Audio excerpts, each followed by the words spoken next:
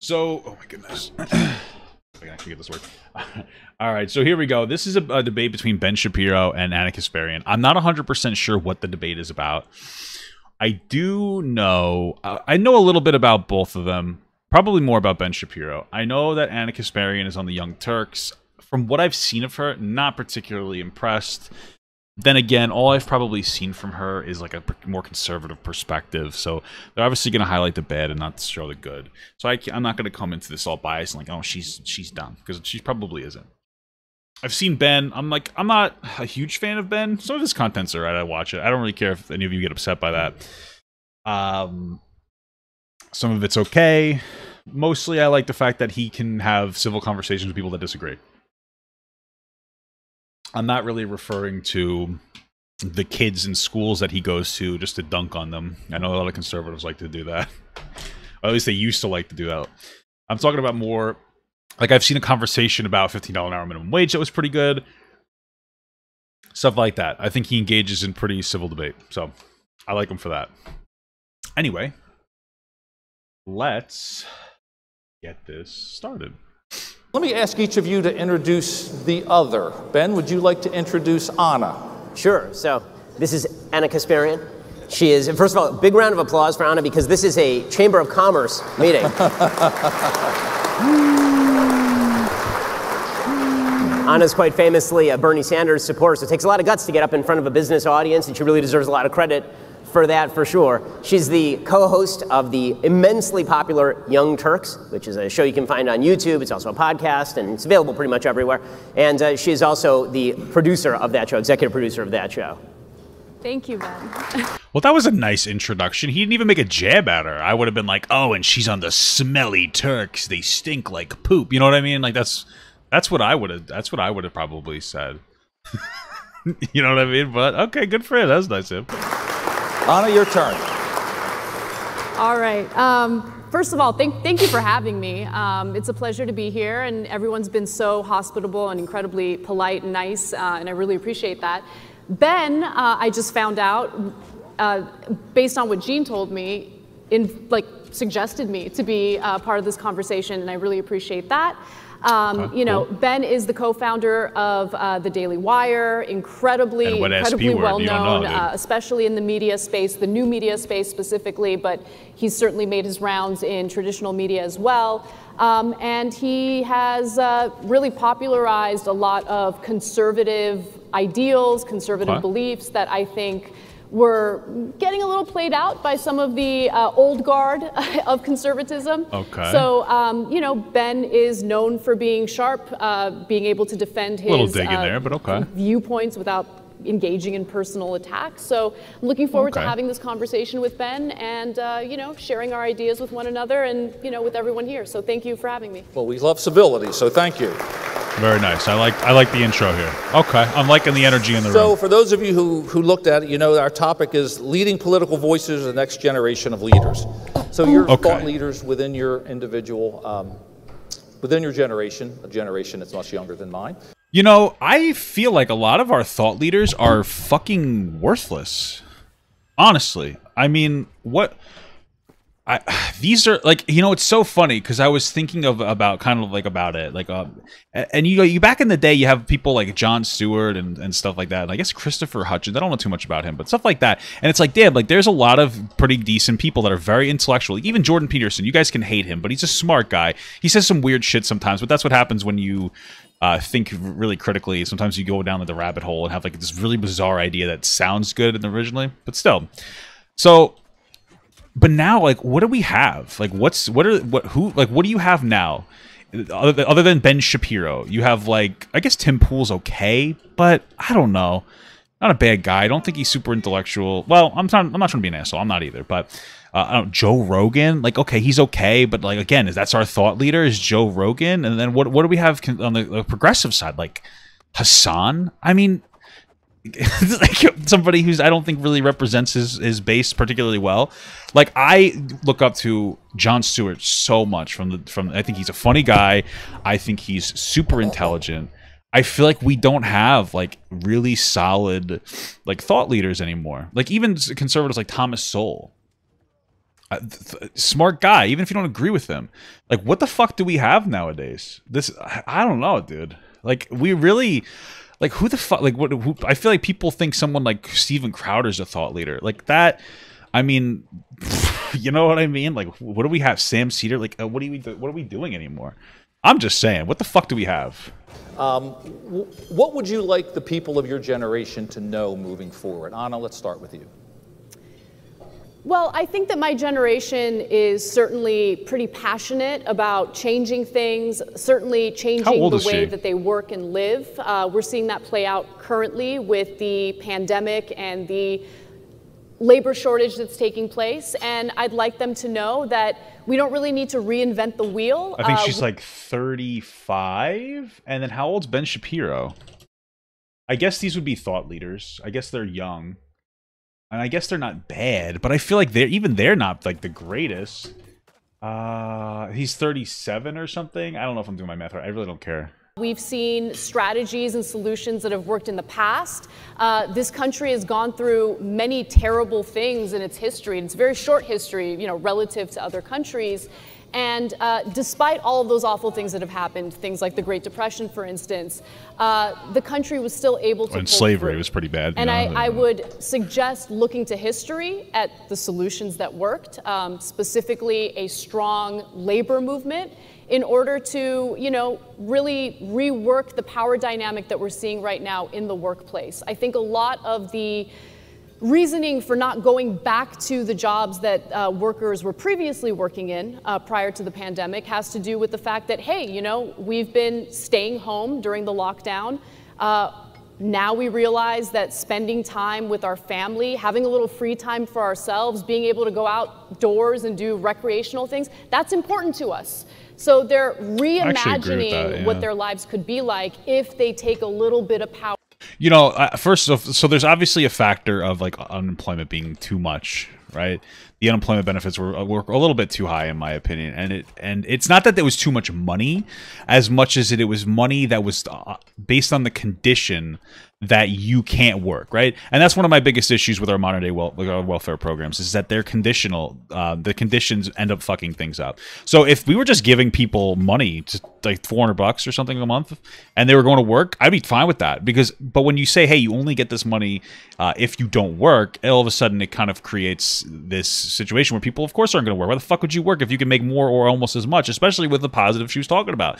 People are realizing that they can stay home and they can enjoy their lives with their friends and their family, although that can't happen too much because of COVID. But I still think that's one of the reasons why, well, it is one of the reasons why I'm a supporter of universal basic income, because it gives people the ability to do things that they want as well as work and contribute to the economy, because both of those things are very important. I just think that we should focus in general on the human experience. Our back if Harambe was alive, we would definitely be better off. Yeah, definitely possible. They just got to fight for it. They got to organize. They got to work together and not get distracted by manufactured culture wars that we see play out in the media every day.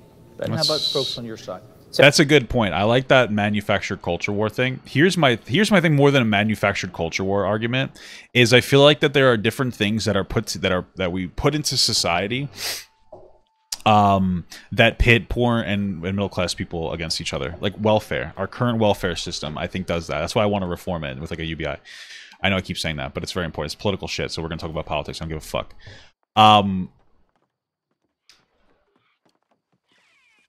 I just wanted to bring that up, and we also have like a new age narrative that you can't talk to people of different ideologies, whether you like it or not. You know, there's studies that suggest that people who are conservative and progressive and whatnot, there's actually has to do with there's a level of biology at play.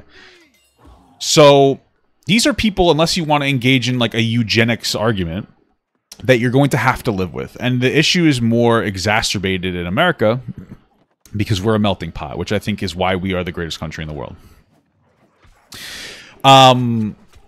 And so you have to learn to talk to people with differences of opinion so that you can kind of come to to a compromise on how to run society. So, I mean, I think that for folks on my side, I sort of have the same message for everybody on all sides, which is that the world did not begin spinning when you were born.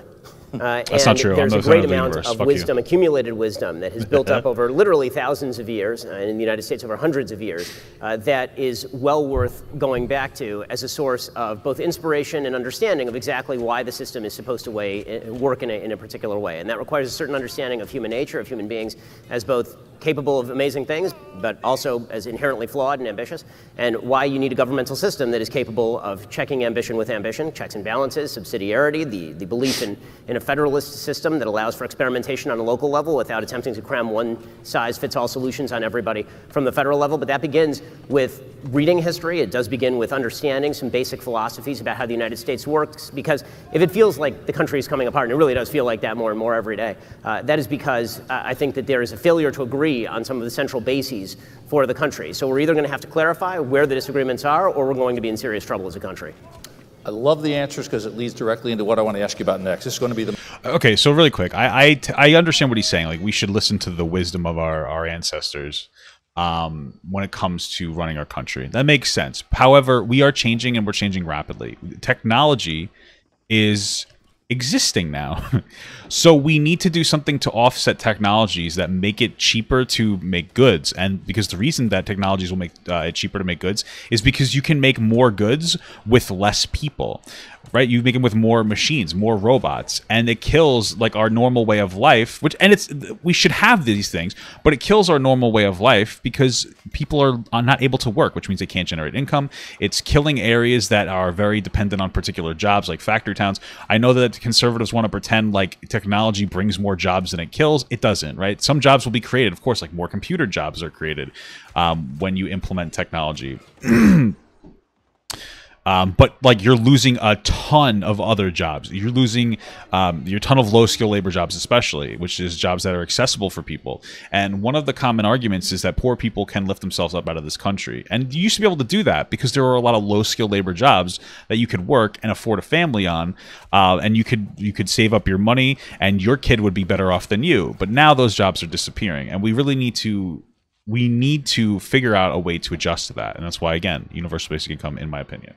The most obvious statement I'm going to make tonight. Yeah, technology is growing rapidly, and we don't have a plan. The last 18 months have seen significant turmoil, not only with COVID, but with our social, our cultural upheavals, as we've seen people, protesting some just horrible, egregious acts. As you noted, the future of work, how we work, all those things are out there for discussion. Trust in institutions, and trust or an understanding, as Ben said, of literally the basis of our society. And I saw a great quote. I mean, we've had the 1619 Project, we've had the book called 1620, 1776 Commission, all of them designed to push back on that. I saw a great quote from a noted political scientist who said, "America is not a lie, but a disappointment because it is a hope."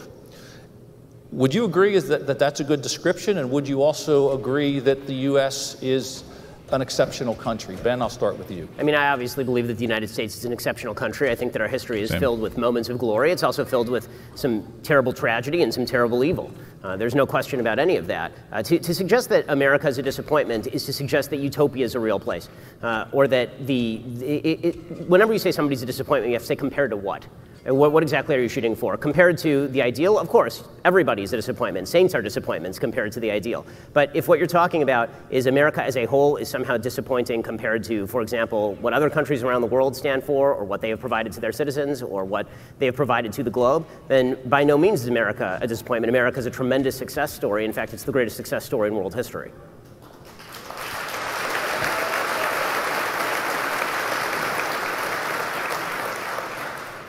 I love the comment in my chats that the U.S. is indeed based. I tend to agree with that.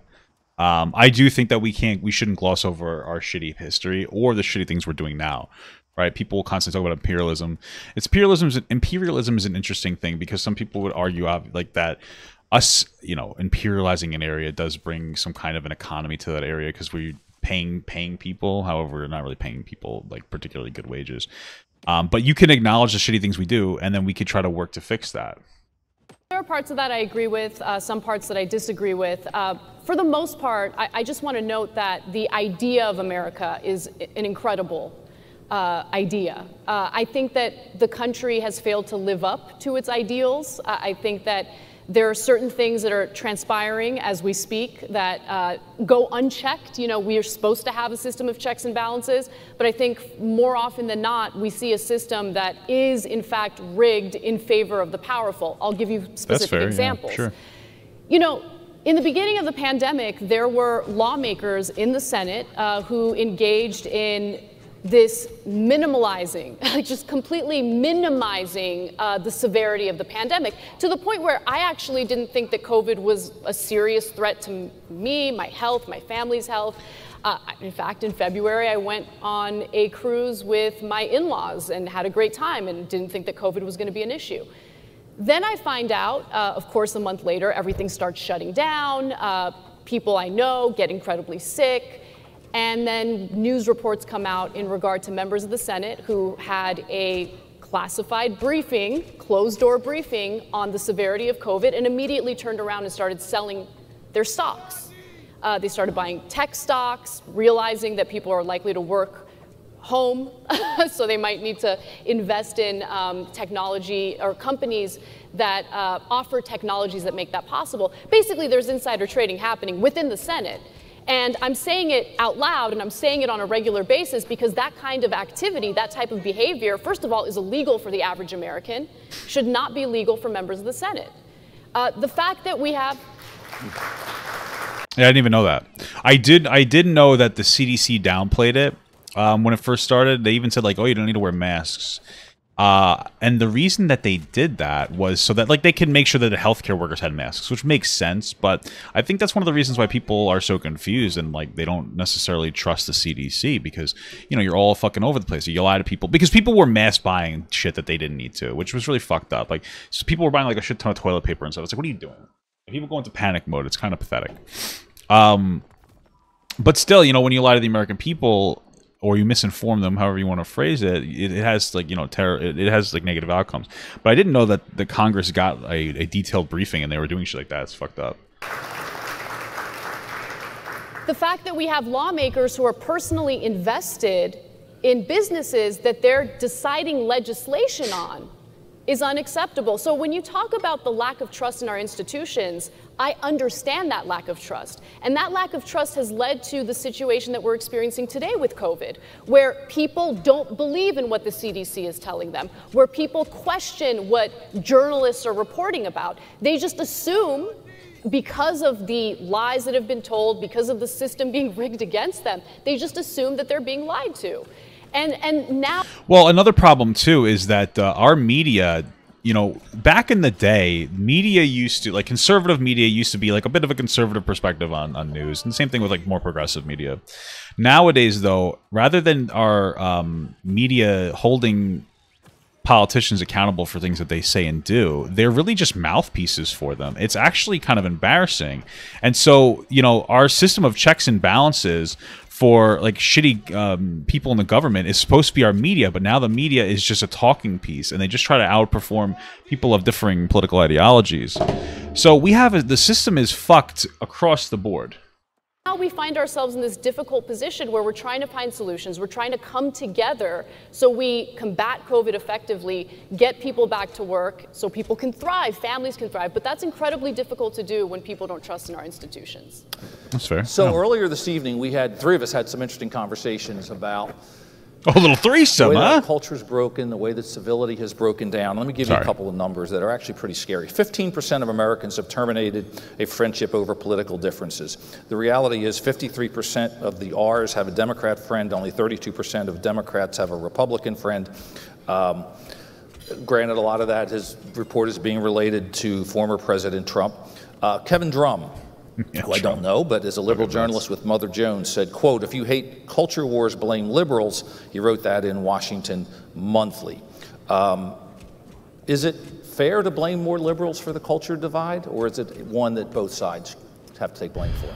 That's an interesting perspective. I wonder, you know, I don't know if I'm super educated on it, but from what in my experience, what seems to be happening is that, like, it does seem to, the way that the way that politics generally works is that progressives want to change things, and conservatives are reactionary to that, and they want to stall things. Right now, change can be good, of course, but changing incorrectly is not good. And I feel like we don't have enough. This is one of those things where it comes down to talking people and getting their opinions on things, because we need to make change. I just don't think that the way progressives want to change in America is good. I don't believe in a bunch of like universal programs necessarily, like universal schooling and whatnot. I believe in fundamental wealth expansion through a UBI and letting people choose what they want. I feel like that is something that conservatives would be more on board for than like conservatives would be more on board for a universal basic income and the reformation of our welfare services. And that is that's an expansion of our welfare system. And I feel like progressives don't want to listen to that. I've been in conversations with progressives, and I said, like, hey, I'm open to some kind of universal health care, but I want to maintain a private option, you know, because I think that the government's kind of shitty. And here's the one of two things would happen. Either we have a private option for poor, or a public option for poor people, and a private option for people with money so that they can spend more money if they want better health care, but we should obviously create a decent standard for health care. And if the government does a good job, it'll end up phasing out private healthcare anyway, but at least it'll be transitional. And they were like, no, that's stupid. We should just completely kill the private industry. And it's like, Jesus Christ, like there's no such thing as like reasonable progressive reform. Nobody wants to take like one step forward and feel it out so that we can make actual good decisions. And I've been on the receiving end of a lot of toxicity from progressives for not agreeing with them 100%. Across the board, right? Like I believe like trans people are valid, but I've said things that I've made like comments, and I'm still gonna say, like, if I think this is like such a dumb thing, but I made a comment that it's still a little gay to suck a penis, right? Even if it's a trans woman. Now I don't think it's fully gay, right? But like that's met with like, oh, you're a homo, you're a transphobe, you're toxic, you're a piece of shit. And it's like, I just think that sucking the dick's kind of gay. That's it. And I don't mean it to invalidate trans people. And I never say it unless I'm prompted. People will ask me the question. That's one of those weird things where like you shouldn't, like there's no reason for me to express my opinion on trans people unless it's relevant, right? Like in everyday life, you shouldn't go around and saying like, oh, you're a trans person with a penis, well, it's kind of gay to fuck you. Like that would be stupid, disrespectful, and inappropriate. But if somebody asked me if I think it's a little gay, I'd be like, okay, maybe. I don't think that that's super top, but I'm met with like, you're a horrible person and you need to die. And it's like, Jesus Christ, you know, God for fucking bid. And that's just like, it's crazy. I think that both sides certainly engage in manufactured culture wars, and it's frustrating. And you could disagree with me, but like, what does it really matter if I think it's gay to suck a penis? It doesn't really hurt. It really doesn't. Like, trans people are still dying in the streets for far worse. And you think that that kind of an ideology is the worst thing in the world. I mean, I'm just saying. To see it.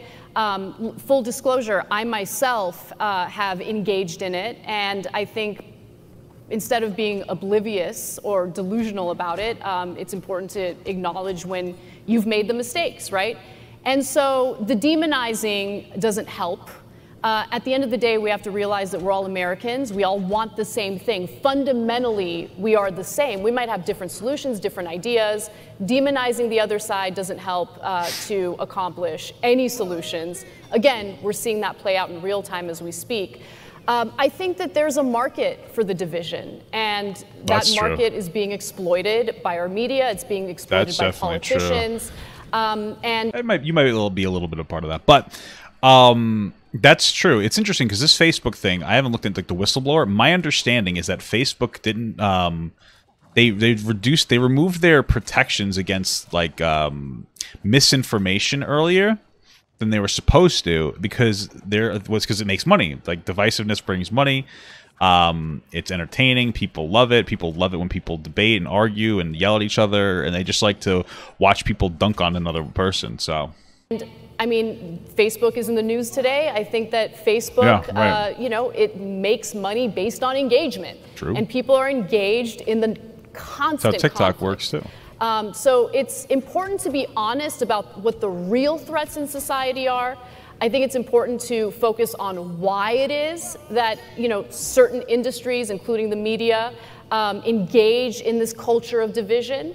And we ought to talk about how the incentives are in the wrong place. I mean, there are no incentives to engage in, you know, friendly conversation or friendly debate. I hate that my chair keeps, you know, and I'm short, so I'm trying to figure out how to do this. I don't know. I hate turning my back to people. Here. What I will say, though, is it feels like there's more progressives who are unwilling to engage in a friendly debate than conservatives. Like, even if you disagree with like people like Steven Crowder and Ben Shapiro, I mean, Steven Crowder's a fucking dickhead, but they're usually the ones that are extending like saying like, hey, I'll have a conversation with particular people. I know that Crowder dodged a Sam Cedar, I get it, but for the most part, like, they're open to conversations with people. It's progressive leaning people that I don't see that are super interested in that. I'll just do this. I'll sit on the very edge. But you know,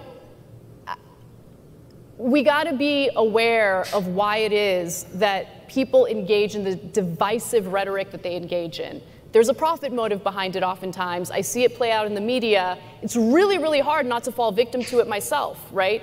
But when I take a step back and I look at where the country is right now, yeah, Sam Cedars it's a Sigma shameful. male. There you go. You know, we don't see each other as fellow Americans. We don't see each other as even fellow colleagues or workers in the workplace. Everyone has a political identity, and that's it. And that's not helpful. I think the division in the country is incredibly embarrassing, especially on a world stage. And we got to be more cognizant of that as we engage in political discussions. I certainly agree with an enormous amount of what Anna is saying about the nature of sort of the world that we live in, where people feel as though they are going to be ostracized socially. They feel that they might be fired, depending on their political point of view. They feel as though if they make comments openly, and this is true for pretty much everybody across the political aisle, actually, with the exception of people who consider themselves on the far left. According to a Cato's study, basically every political subgroup in the United States feels uncomfortable speaking openly about what they believe, except if you're on the far left, because then you get to find people's old tweets and do that sort of stuff. But you know, I'm not going to pretend that I think that the culture wars are irrelevant. I don't. I think that many of the culture wars are highly relevant, and not just relevant. I think that they may be indicative of sort of where the country is going. Because the way that most people experience interactions with the government, particularly the federal government or with politics generally, is not always based on tax rates or the very minute internecine debates that we have over $3.5 trillion bills that nobody knows what's in, and then everybody just votes before they read the thing. Yeah, a lot of the way that people engage in politics. I'm sure we'll get into it, but I think that a lot of the ways that socially there's been a pretty strong push from the left over the course of the last 10 years in particular, and it's driven a lot of reactionary resentment on the part of people who are on the right. And I would suggest that a lot of the support for President Trump, for example, was driven by precisely that. It wasn't just about his economic program, which differed from sort of the traditional laissez-faire Republican economic program. A lot of it was about the idea that he was a culture warrior who was going to punish enemies and all of this. And so to pretend that the culture war either doesn't exist, or that people are making it up in their imagination, or that they are overestimating the impact of it on their life, is to ignore how people are being treated in the spaces that they treat with every day, on Facebook, on Twitter, in the workplace. I mean, one of the reasons that my family and I left California is not just because of the living standard, although Florida is way better. It is also because, you know, we left a place where we felt as though our children were going to be socially ostracized for a place where we feel our children are not going to be socially ostracized, and that's a big thing. Yeah. No, I mean, you actually brought up a few issues that I agree with. Number one issue is the constant policing of people's pasts, what they've said in the past. True. I think holding people to the current standards based on the current culture. You know, if you're looking at tweets, for instance, from 2009, and you're judging that tweet based on what the current culture or the current standards are, it's a little ridiculous, right? So going around demonizing people based on their past statements, it shuts down a conversation that could be had, right? A conversation about, oh, hey, look, society has actually progressed on this, and, you know, look at what was okay. I mean, you have late night hosts who were in blackface not too long ago, right? But the culture has changed. I think that, you know, society as a whole, not everyone, but society as a whole has realized, oh, well, blackface has a pretty terrible history, and maybe it's not a good idea to dress like that as like a cute little Halloween costume. But beside the point, you know, I don't think that the culture wars are fake. I think the culture wars are taking place. The point that I'm trying to make is that oftentimes, whatever the culture war is of that moment, it is manufactured as a distraction. A perfect example will be, you know, critical race theory, which is not taught in elementary schools. Critical race theory is a graduate level curriculum. And the fact that it's turned into some weird, like, oh, we need to ban critical race theory in elementary schools, it's ridiculous and a massive distraction that I think is intentionally meant to be a distraction from what people are really feeling frustrated about, the precariousness of their lives, of their work. You know, it's interesting because I think that something like critical race theory is like that. I don't think that the conversation about it is the issue. I think that calling people the worst people in the world for supporting it or denying it is an issue, right? So people who support critical race theory will call everybody a racist who don't think that you should teach critical race theory to kids. And then people who think you should teach critical race theory to kids are called like socialists and fucking communists or whatever by people who don't believe in it. That's more of the issue, I think, is the unwillingness to engage in it, and the weapon is like calling people from a conservative perspective, calling people fucking communists every time someone doesn't agree with you, and from the progressive perspective, calling everybody a fucking racist when you don't agree with them. That I don't know that those are necessarily manufactured issues as much as it's the way that we engage with those issues is the problem. Like, I don't think that there's a spooky person in the room going like, oh, let's come up with the next new fucking thing. I mean, maybe it's true, right? The Illuminati. I think it's more our way that we engage in conversation rather than the conversations that we're having that are a problem. Work lives, the fact that people feel overworked, that they have no control over the work that they're doing. That's fair too, though. They feel alienated over the work that they're doing. These are very real issues, and I think that, you know, the fact that it's really largely been ignored by both the press and the very political leaders who were elected to represent them in the first place has led to the anger that we're seeing bubbling up both on the left and the right. Ben, I think you wanted to... I will say that she has a really good point about people. So the way I interpret it more... Oh my God, my chair is like screaming. I need to get a new one. The way I interpret that more than anything else is that... So people have a bubble that they exist in, right? And the more comfortable they are in the bubble, the more that bubble expands. So if you're somebody that's well off, you have the ability and the finances to care about people outside of your sphere because you don't have to worry about your own stressors. But the less money you have, the more frustrated, it means the more frustrated you are, and the more selfish you get, and the more hateful you get, the more resentful you get. And I think that we would have better conversations if everybody wasn't always worrying about like their next meal or if they're going to have insurance. I think that's what she's talking about at its core, and I agree with that 100%. Like, people would be much less riled up if we actually had better wages, wealth was redistributed better, shit like that. People would be less frustrated, and you'd see that people were happier, I think, you know, when people had more money. Obviously, I don't think that's a hot take either. I mean, I think that it's not a hot take to say like, hey, if you're less stressed in life, you'll be happier and you'll be nicer to people, right? Like, that's a pretty commonsensical take. To make a couple comments. Yeah, I mean, this will be a very quick note. I mean, I obviously disagree with you about critical race theory and whether it is taught in the public schools. Critical race theory, which I studied in law school, it started off as a legal theory, but it has an element of praxis that was meant to be implemented, which is why it is taught in education schools as well, and why in elementary schools. Yes, a very boiled down. I mean, Ibram X. Kendi is preaching a very boiled down version of critical race theory, and his book is assigned in elementary schools. I mean, the fact is that when you are having elementary school students who are having to check off boxes with regard to their race and then explain to each other whether they are historically privileged or not in 4th or 5th grade, that's a very dumbed down version of critical race theory. There's sort of a game that gets played with regard to legal theories that end up being boiled down. Intersectionality is another great example of this. Kimberly Crenshaw writes a very intelligent law review article about intersectionality and how you can be a member of more than one minority group and be discriminated against in a variety of ways. And then that is used as the basis for a much broader move in American political life. And then as soon as you point that out, they say, well, that's not intersectionality. It's the original law review article. That's a bit of no true Scotsman games playing. And so I object to that. And look, it is a relevant issue when you have Terry McAuliffe, who's running for governor of Virginia, literally saying in open debate that it should not be parents who are making the educational decisions for their children. It should be the people in education. I mean, that is a culture war issue that I think is of key importance to people who have kids, right? Well, see, I mean, I think that that's part of what leads to the lack of trust in our institutions. I mean, yes, as a parent, you get to make decisions about which school you want your kid to go to. If you're uncomfortable with the public school curriculum, you can take a look at private school options. If you don't want that, you can homeschool. Sure.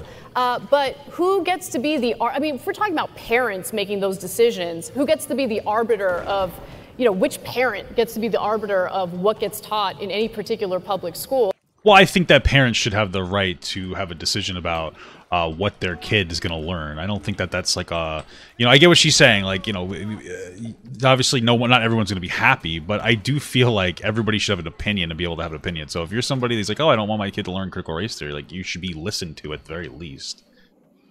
I'm not really buying that they're learning about critical race theory or even a boiled down. I'm positive that, you know, elementary schools are not learning about systemic racism. And even if they are, even if it's a boiled down version of that, learning about systemic racism is important. I think that that's something that's an issue in this country that gets ignored or completely denied, and I think that's wrong. I think that's what also leads to the division that we're experiencing. Well, that's going to be the major cultural war issue, right? Because the fact is that I, as a parent, believe that if you're going to teach... You think there's no systemic racism?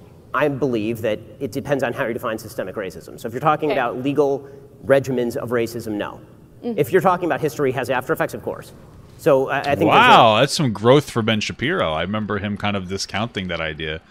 So that's pretty, I'm actually impressed with Ben Shapiro. Because he used to be like, yeah, the systemic racism like isn't a thing, it doesn't really exist. And now, I don't know, that's somewhat, I mean, I'd say that's pretty, what the fuck? That's pretty impressive. Because he usually will just completely discount it. Now he's changed, though, so I respect that. I can respect that. A real problem with semantic overload in a lot of our political conversations. And when people say systemic racism, sometimes what they mean by systemic racism is history has consequences. You can't have 150 years of, 300 years of slavery followed by Jim Crow and that not have after effects, which of course is true. And sometimes what they mean is that every inequality in American public life is due to some systemic inequity that is currently taking place in the United States, which I think is absolutely 100% false. I mean, we certainly see that playing out in our criminal justice system. Are you going to deny that, or are you going to say that, let's say, African Americans or Latinos are just inherently more criminal or I'm not going to say either of those things. I'm going to say that so why are they overrepresented in our prisons? I mean, well, you mean you'd usually say that. I mean, there's a mixture of reasons, obviously. You know, one of them is that the reason that you have more Black and Hispanic people in prisons is because Black and Hispanic people are poorer, right? And so then that would unveil a bigger problem. Like, well, why are they poorer? And then that would get into like historical systemic racism, especially for Black people. So you obviously have a very strong argument there. But there's also like the factor of like implicit biases, right? We all know what the halo effect is, where attractive people get to do bad things because they're attractive. It's a real thing.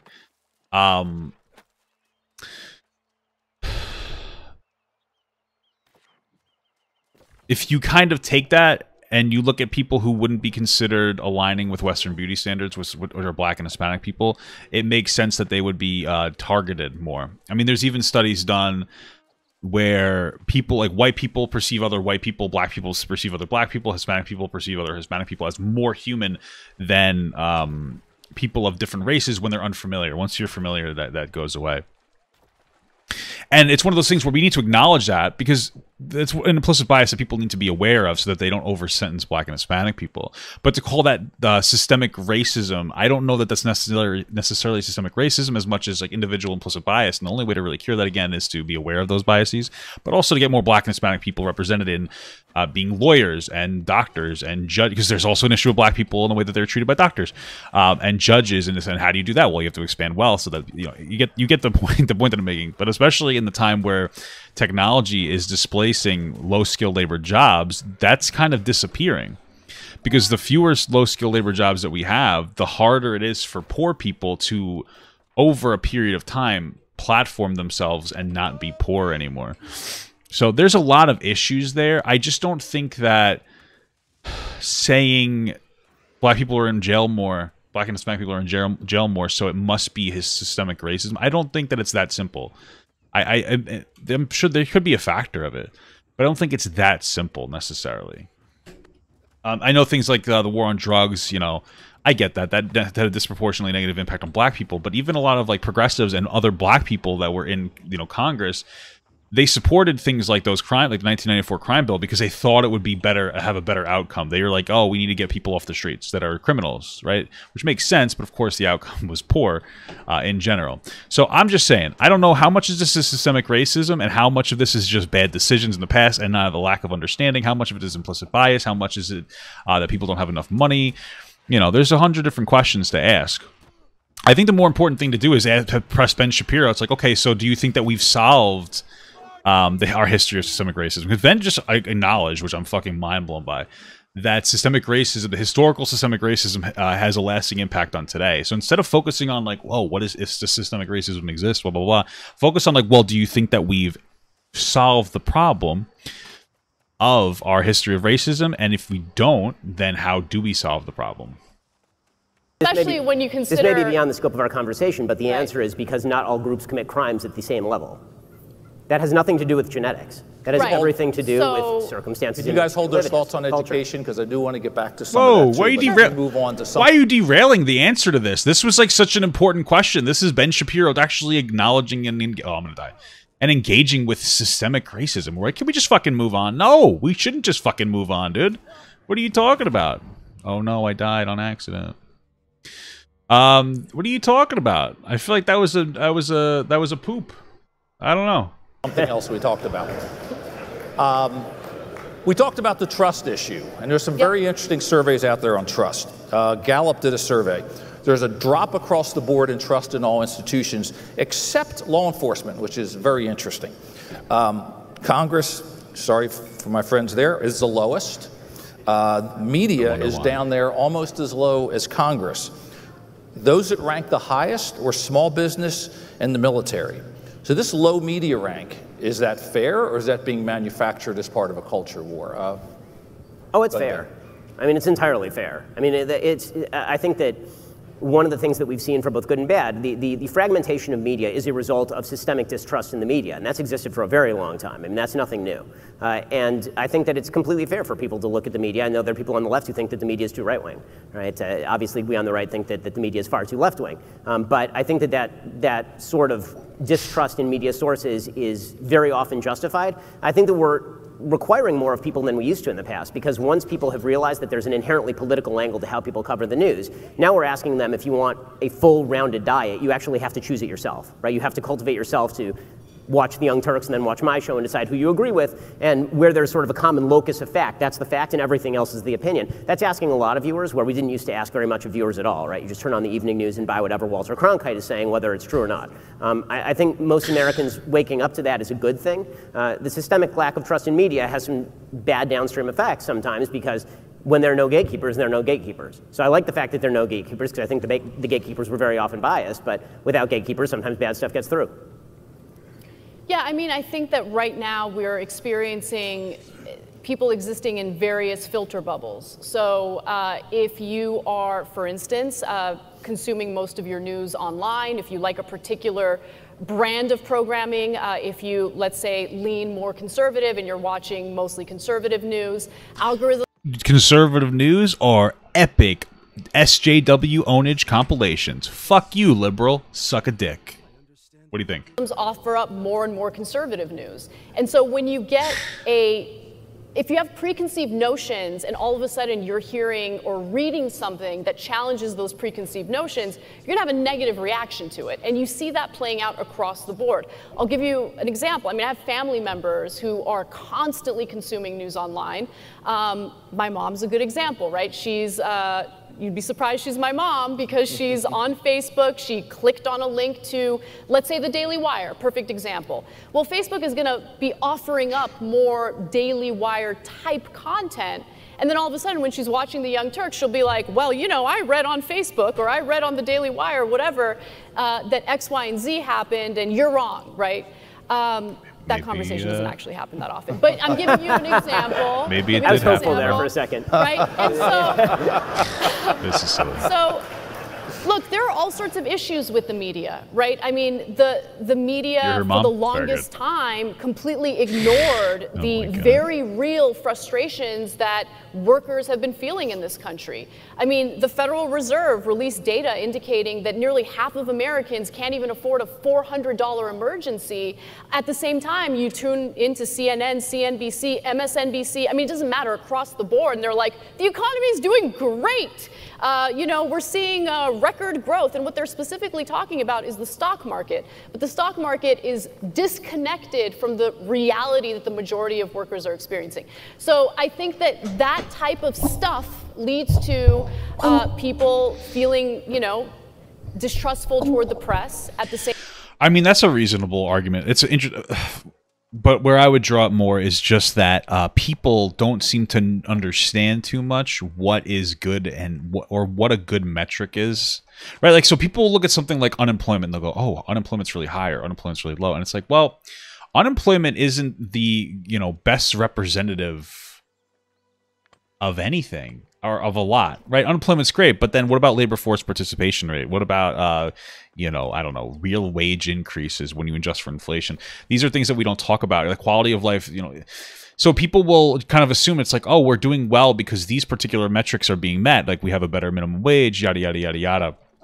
But it's like, are things actually better? Like, because a lot of people will be like, well, look, stocks are up and unemployment's down. Things must be going really well. And it's like, well, those aren't necessarily the best metrics to gauge a society in. Or they'll say GDP is really high. We have a high GDP. We must be doing so well. And it's like, well, do those things matter? As they do, but are those the best metrics for quality of life?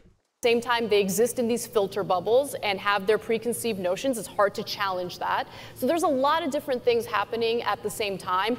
I don't blame people for not being so trusting of the media. One other thing that I'll note is that the incentives are always in the wrong place. The kind of stories that I want to talk about on the Young Turks and do talk about on the Young Turks get no attention. They don't do well in terms of the number of views. I want to talk about international news. I want to talk about what's happening in Brazil. I want to talk about what's happening in Ecuador. It'll get like maybe 40,000 views at most. You know what gets a lot of views? I don't know. Anna Kasparian destroys this person, or... Well, that, and I know she said, she kind of admitted this before, so I'll give her credit, but that's a problem where... So I understand that some stories get more traction than others. Obviously, as a content creator, like I'm a content creator. I'm not a big content creator. I'm only saying that because I try to relate my experiences to what's going on. And somebody was like, "You think you're such a big content creator because you're comparing yourself to H3H3?" And I'm like, Jesus Christ, God forbid. I understand a little bit of what's going on. Anyway, that was my description. Obviously, you're going to be more. You're going to move more towards making content that people enjoy, right? And part of the enjoyment is like, oh, there's a financial incentive. I'm doing well, I had talked about Trisha for a while because I was enjoying it, and it was also giving me more views. So I'm like, okay, fuck it, I'll talk about it.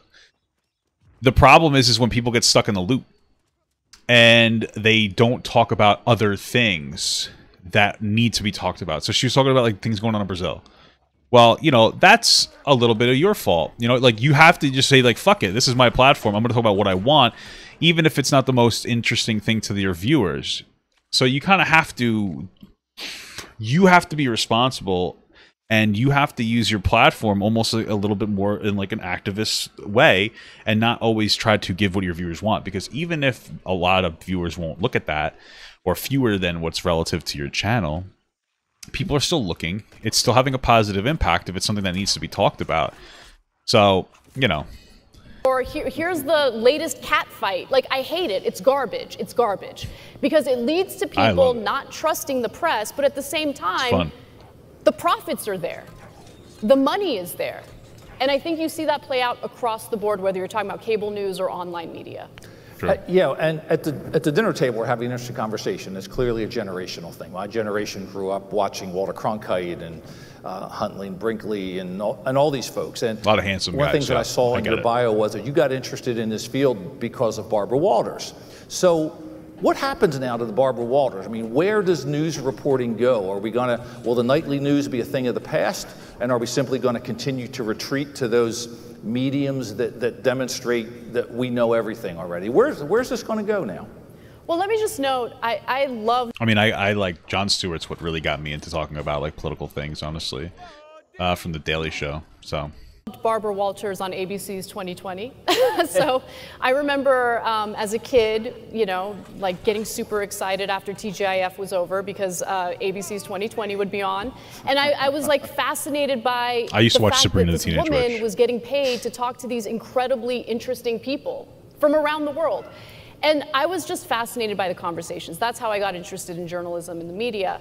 But I just feel like the type of conversations that she had, or just news about world events, they don't seem to attract the kind of attention that they used to.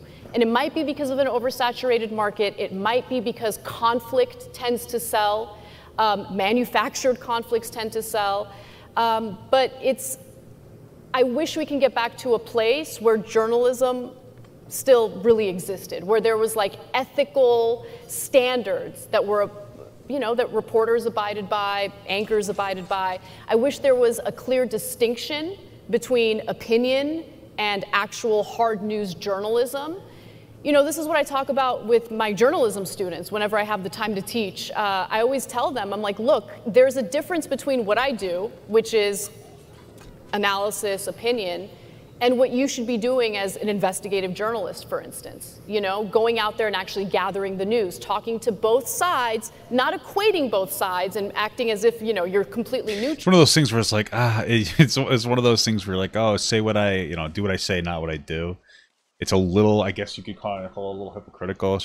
I don't understand she's trying to do the right thing. It's just like, it's interesting to exist in like an entertainment news space where you're kind of a pseudo-journalist, or at least you're the new standard for a journalist, and then be like, yeah, what I'm doing is wrong, do it differently. It's kind of fucked. But making sure that you gather the facts on the ground and report them as they are. It's really hard to find that these days. There's still great journalism taking place. I wouldn't be able to do my analysis or my job without that great journalism taking place.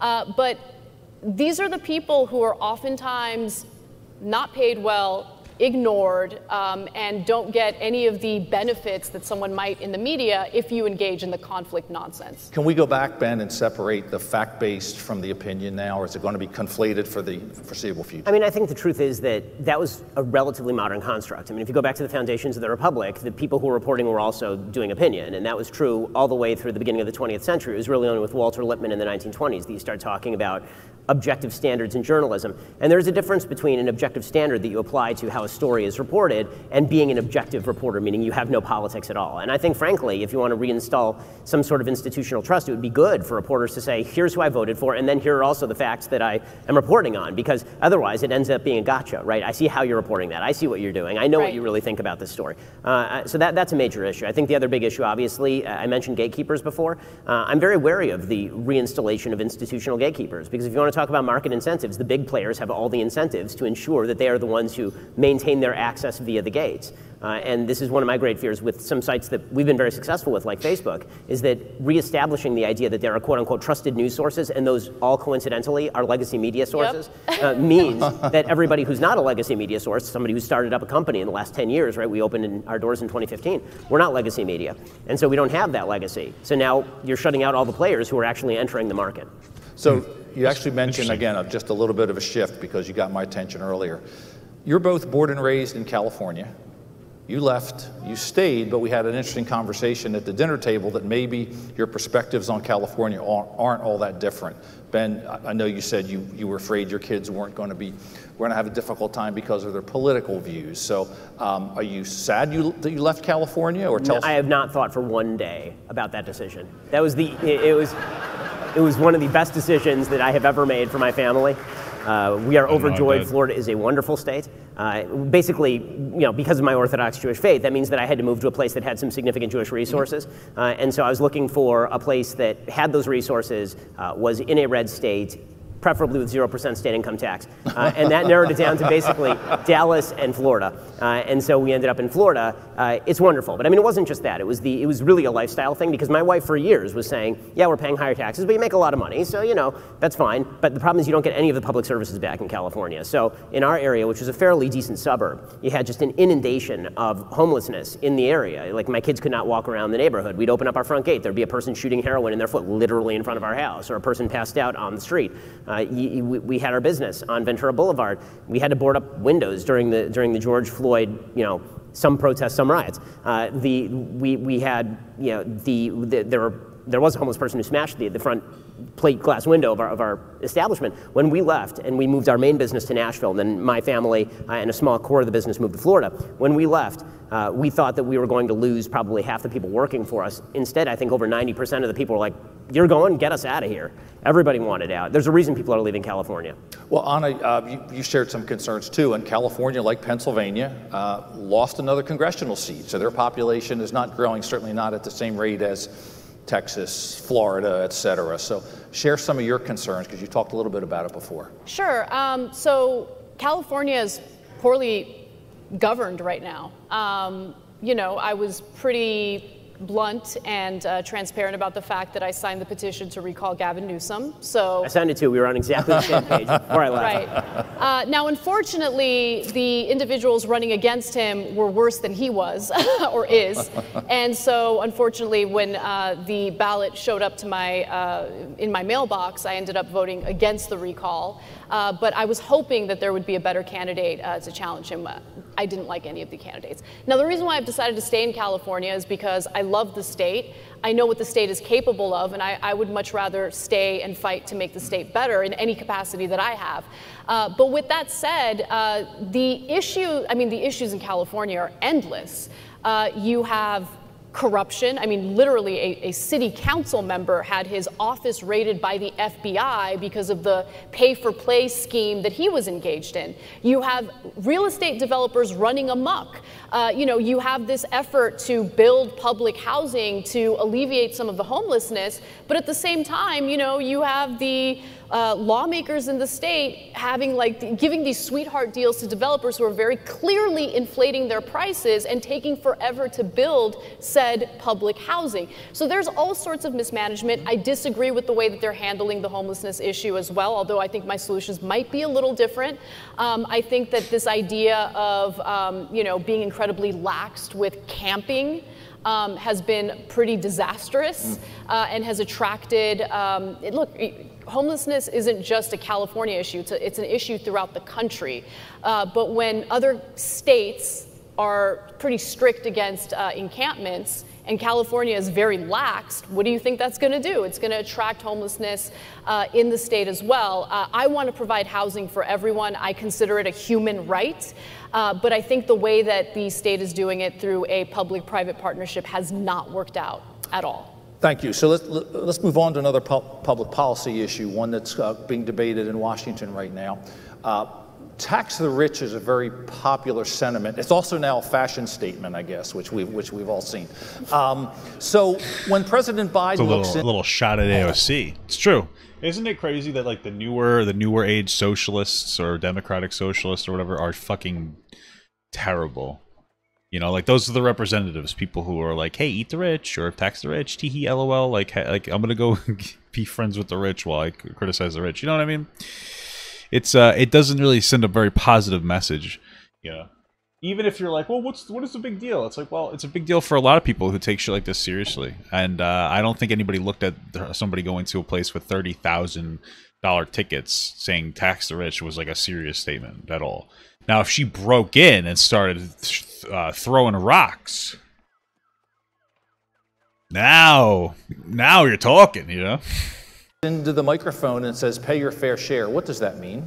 It means that if you're one of the 55 corporations that literally paid absolutely nothing in federal income taxes in 2020, and in fact received $3.5 billion in tax refunds or rebates, or tax refunds, I should say, maybe you should pay your fair share. But here's the thing, if the tax code is written in a way where corporations can legally take advantage of loopholes and incredibly low effective corporate tax rates, they're gonna do it, right? So it's one thing to say pay your fair share, it's another thing to actually write a tax code that is a little more equitable and ensures that everyone is in fact paying their fair share. Ben, what's pay your fair share mean? I mean, well, really quick, okay, so that's a really good point.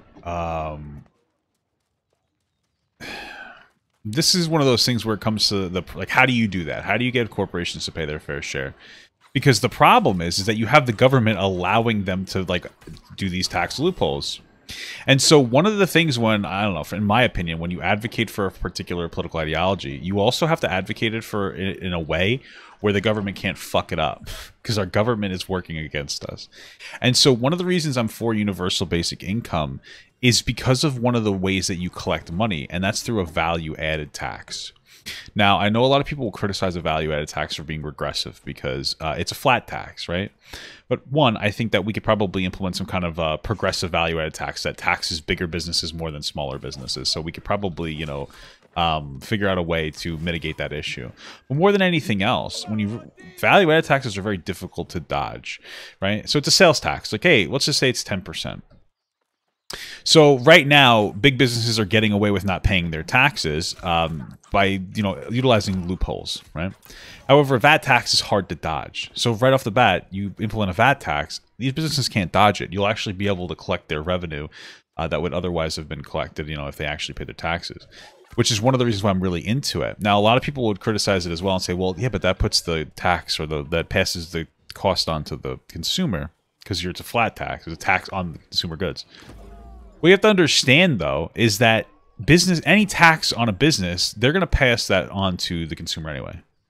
So this is why I'm really big into a value-added tax and transitioning towards sales taxes that are hard to dodge in general. Again, you could do progressive sales taxes where you spend more money, you have a higher VAT tax for a bigger business than a small business, which makes sense, right? Because bigger businesses usually can, like Amazon can offload some of their losses into like another department and then they can still make more money. And that's what happens when you're a big business. So they, you could say like, hey, 20% for Amazon, 10% for my local delicatessen, or 5% for my local delicatessen. You get my point. But yeah, that's one of the big reasons why like I'm into a VAT tax. The obvious answer would be a flat tax, but the longer answer is that the United States has one of the most progressive income tax systems on planet Earth. Most of the systems in, for example, Northern Europe are far less progressive. The top tax rate kicks in a lot lower on the income scale because you have to pay for the large-scale social services. The people who are at the top of the income bracket in the United States, the top quintile, essentially pays all net taxes in the United States. Not some, not most, all. And the reason for that is because there are tax transfers, and the transfer of payments that are inherent in public services do not accrue to the people at the top of the tax bracket. They accrue to everybody else who's receiving that sort of funding. When we talk about, he's talking about people getting paid, not the corporations themselves. What are you doing? Taxes on corporations, we do not have one of the world's lowest corporate tax rates. We are somewhere in the middle. Look at the OECD countries. We're certainly not the lowest on the totem pole in terms of our corporate tax rate. In fact, right-wing sources like the Heritage Foundation will say that it is much friendlier to do business in places like Denmark or Sweden in many cases than it is to do business in the United States. Tax rate's pretty high. Well, so the thing is, the problem with that is that, like, yeah, the tax rate can be 5,000%. But if you have loopholes that don't force you to pay those taxes, it doesn't matter. It's like, yeah, the tax rate is 100%, but this loophole allows me to pay 0%. So I think it's dishonest to talk about what the tax rate is when we're not talking about like what happened. Like, she didn't say what the tax rate was a problem. She said that these corporations are dodging paying taxes because of loopholes, right? So it's kind of a dishonest, like, jump. High in Denmark and Sweden. It is, the personal income tax rate is very high in Denmark and Sweden. The corporate tax rate is basically near or on par with that of the United States. If we were to raise our corporate tax rate... Right, but that's the thing. She's not talking about raising corporate tax rate. At least I don't think. She's talking about getting people to pay their fucking taxes. It doesn't matter. Like, so that just proves, like, yeah, we have to get rid of people's ability to dodge taxes. I mean, I don't know. I think it's a dishonest point from him. He's kind of just walking around the point. She's not talking about what the tax rate is. She's talking about the people aren't paying it. The way that President Biden is talking about, we'd actually have a higher corporate tax rate than China currently does. The notion that corporations ought to be paying tax at all, in my view, is mistaken, given the fact that the income is immediately either reinvested in the company or passed on to people who immediately pay all of that tax. By the time you actually receive your income in this country, the income's been taxed about 7 different ways. Right? You're getting taxed through the corporation, then it's passed on to you as salary, which is taxed. If you invest it in the stock market and then you sell your stock, that is taxed as capital gains tax. When you die, the government taxes that as well. So how many times can you tax the same dollar before people begin to disinvest? It's one of like those really interesting things here because she made a point about people paying their fair share, corporations mostly. And then he kind of went on a tear about individuals getting overtaxed for different things. And it's like, yeah, there are a lot of taxes, right? I believe in income tax because you should pay more if you make more. It just makes sense fundamentally because obviously there's diminishing returns on the dollar. Like, somebody paying 10% of $100,000 isn't nearly as impactful on them as somebody paying 10% on $10,000, right? And like, yeah, I like to transition more towards like some form of a progressive VAT system so that we can actually get people to pay the taxes. But like, she was specifically again talking about rich people, specifically businesses and corporations dodging taxes, and then he went on a fucking tear about individuals. And so what that feels like to me is she made a good point about how like we have corporate elite that are fucking people in the ass, and then he's like, yeah, but I'm going to bring those corporate elites down to us, personalize it, and make you feel like you're the one that's being attacked for her ideology. And that's not what she said at all. That was just like a really shitty. That was just like a really shitty pivot, I guess you say. It's ridiculous. And so many people are shitting. They're like, oh, I'm going to come. And it's like, that wasn't a good point. He didn't really make a good point. I'd be like, if I was like, you know, oranges are really citrusy and they hurt my mouth. And you're like, yeah, but like, what? But like, I don't like it when I suck on lemons. It's like, well, that doesn't fucking matter. I know that they're both citrusy, but I'm talking about oranges specifically. It doesn't really, this doesn't make any sense. Let me... I'd like to respond to that, though. Okay, go ahead. Okay, yeah, go ahead. To argue that the corporate tax rates in the United States are too high, or that, you know, I mean, first off, let me just touch on the comparison you gave regarding progressive taxes. She's going to fuck up this answer, I feel like. European countries versus the United States. I mean, yes, the taxes might be higher in those European countries, but what do people living in those countries get in return? They get incredible childcare. I mean, listen, the average American family, two-income household, spends a whopping 22% of their household income on childcare alone, right? So when you're talking about European countries that offer quality childcare, that, by the way, that opens up the opportunity for people to go to work, something that we should maybe think about as we're dealing with this labor shortage. 64,000 women left the job force in April alone. Not because they want to, but because they can't afford childcare. Everything in this country is privatized. Everything has a for-profit model. And there's consequences that come along with that, including for the business community that might want, you know, a more robust social safety net program, or social safety net to ensure that people feel comfortable enough to go to work. But we don't have that here. So yes, people might pay more in taxes, including those lower on the income scale, but what they get in return is far greater than what people in this country have been getting. The United States. I don't, you know what's unfortunate is that she had a really good point about how corporations aren't paying the taxes they should pay. And then he pulled the conversation to a different area talking about individual taxes, and then her response to him doing that was to talk more about individual taxes, and I feel like he ends up getting the win on that, even though he shouldn't get a win on that, because she allowed him to jump into this like really weird, like kind of stupid point that he made. Honestly, I genuinely feel it's a kind of a ridiculous point.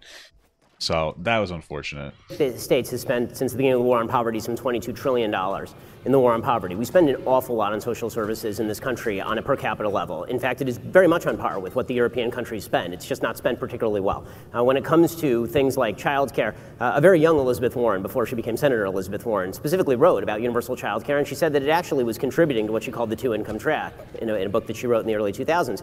And what she talked about is the fact that there are a lot of women who, for example, may not want to work, and what you're actually doing is incentivizing people to have to go to work because you are now providing childcare, as opposed to providing a competitive advantage to, for example, families where one parent is working. I agree with you, by the way, that childcare is a very difficult issue. I also agree that this is why we used to have, for example, family structures that were conducive to allowing people to help out. There are many businesses that do provide for some form of childcare. We certainly have many businesses that provide for some form of maternity or paternity leave. The European countries, which obviously have been used as a model by a lot of folks on the left, between 1970 and 1993, they experienced exorbitantly low rates of growth. And the reason for that was because they radically overburdened their social safety net systems. It created enormous social problems. It created enormous immigration problems. They had to scale a lot of those back. And why would it create immigration problems? It created immigration problems because a lot of people were coming specifically for the benefits.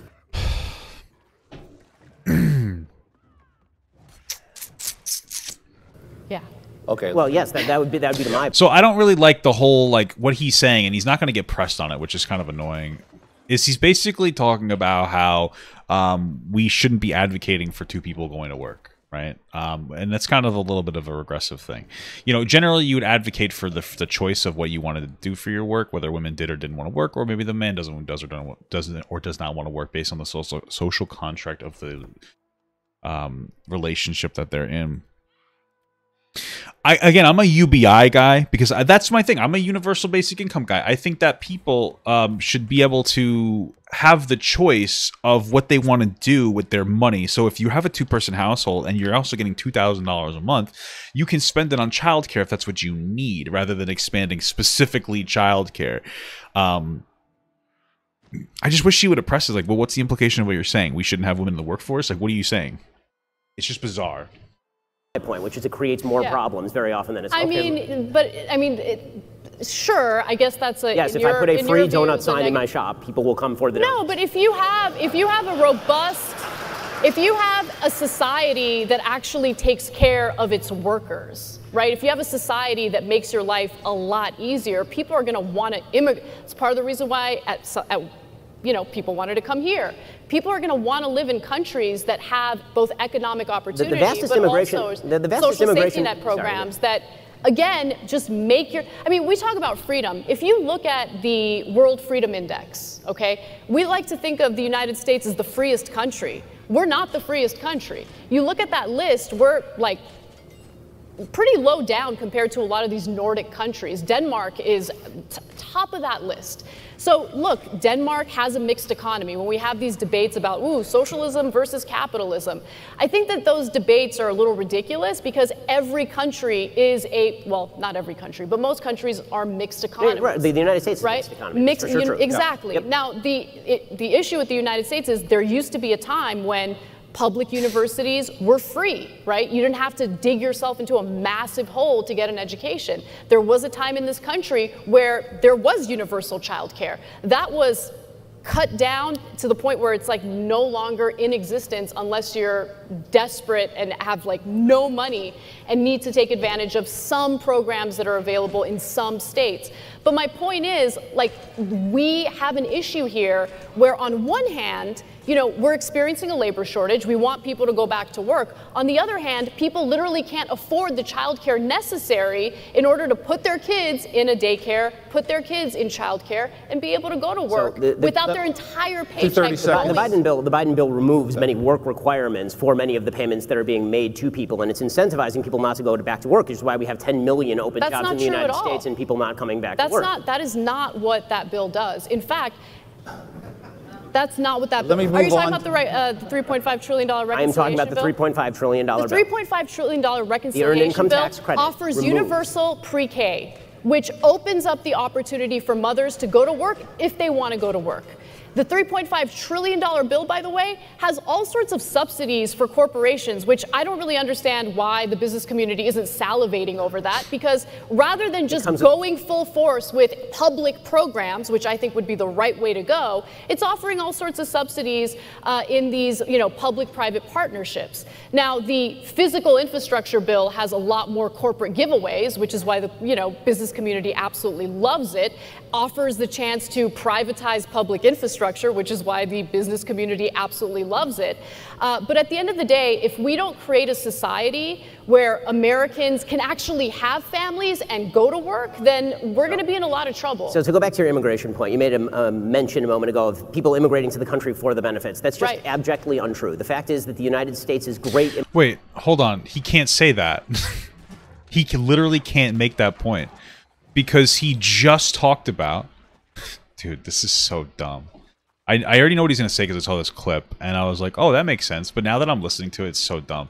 He can't make that point because he just talked about one of the issues in like the European model, or the reason that Europe has like a slower increase or whatever, is because a bunch of people were immigrating here and it made an immigration problem. How the fuck can you say that? You can't say nobody comes here for the benefits.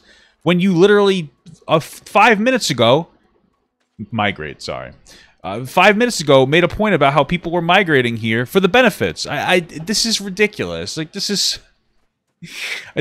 come on. This is really ridiculous, honestly. immigration growth throughout the beginning of the Republic all the way up through about 1930 was entirely driven by people who were leaving places that in many cases had broader benefits, places like Germany, to come to the United States where there was no social safety net. The fact is that the vast majority of people who used to leave and come to the United States were coming specifically to build a life knowing that they really didn't have a lot of social safety net. Now, that's not an argument that there shouldn't be some state and local possibility for social safety net, but the notion that the way that you build a successful country that is a world power and is capable of not only making sure that its citizens are taken care of, but essentially making sure that the entire Western world is taken care of. Yeah, I think people left Germany because of the war, no? I don't know. But they might have had better safety. Something is he talking about during like World War II, or before that? Because they might have had social safety nets, but the country was fucking bankrupt. These are not my favorite talking points. These are not good arguments here. I'm just saying, these are kind of silly. Which we did throughout the Cold War. The idea that you do that simply by raising the number of social security payments that you're making to people or benefit payments that you're making to people, this is the way that you build that sort of economy, is just non-borne out by empirical fact. We've had a real far-ranging conversation. Yes. Ben, let me ask you another question. This audience is fucking horrible. Like, it's fine to like Ben Shapiro or whatever, but she's not getting any recognition for their points that I think are decent, and they're like coming on fucking Ben Shapiro's terrible points. But that 5 seconds ago he said the opposite, where he's like, oh, the reason that these European countries are having problems is because there's so many people immigrating here, and because they want to go here because they're having financial incentives. And then later on he goes, well, you don't build a good country by having financial incentives. Like, it's not gonna, like, you're not gonna be pro-immigration or whatever. This is just silly. Our organization is one that on a daily basis supports whatever you want to call it, the free market system of economic choice. It was disturbing to me, and I think to our organization, when the National Education Association looked at a resolution, I believe it passed one of their committees, that called the free market system one of oppression, but didn't call out other totalitarian regimes. So what does it say when our educators don't seem to believe in the free market system? Oh yeah, they're business owners. Yeah, I guess Ben Shapiro brought that up in the beginning, that these are business owners, so they're going to be assholes. Well, I mean, obviously, not all business I love owners this are question. assholes, but. So I will say that the National Education Association is a very far left group, and so it's not a particular surprise that they're characterizing freedom of the market in that particular way. It also goes back to the conversation we were having earlier about what sort of control parents should have over the education of their own children. There's a reason I send my kids to private school. The notion that capitalism is a system of unfreedom, while government, largesse, is a system of freedom, ignores the fact that somebody actually has to pay the bills.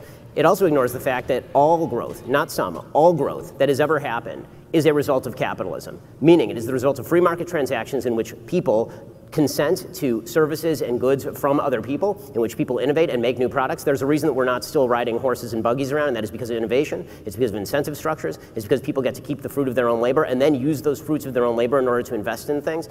The true growth in the American economy was never just a question of dollars and cents. It was what you got for those dollars and cents. All of that is driven by entrepreneurs who are willing to take risk. And when you disincentivize risk, you end up disincentivizing people from taking those risks. As we become a much more wage-based society, and that has happened for a large segment of the population, that means that you are incentivizing people to not take those risks. And countries that don't have people taking those risks end up being countries that economically stagnate.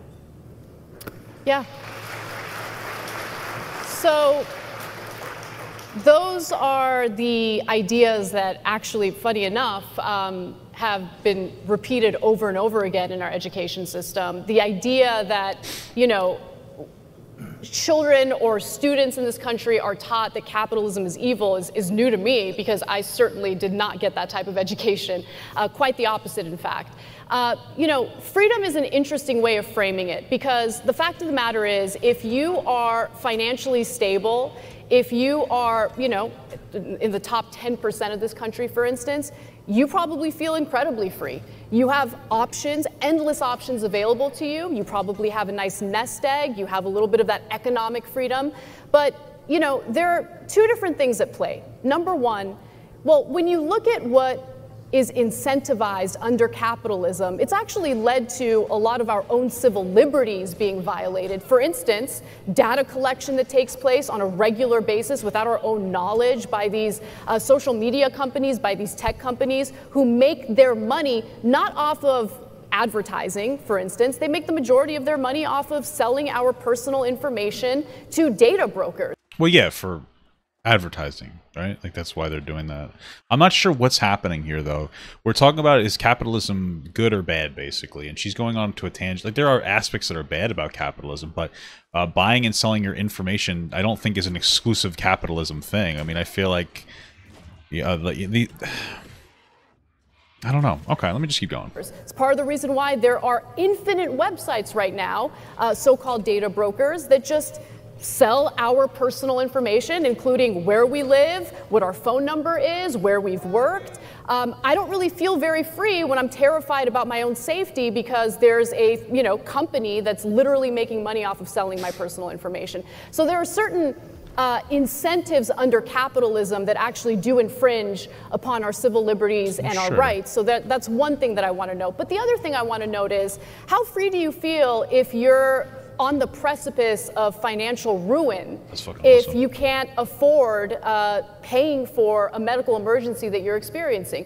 What do you do when you don't have health insurance, which tens of millions of Americans right now don't have because of the exorbitant prices associated with it? How free do you feel if you're a wage worker who has not experienced your real wages increase in literally decades? Wages have not kept up with inflation.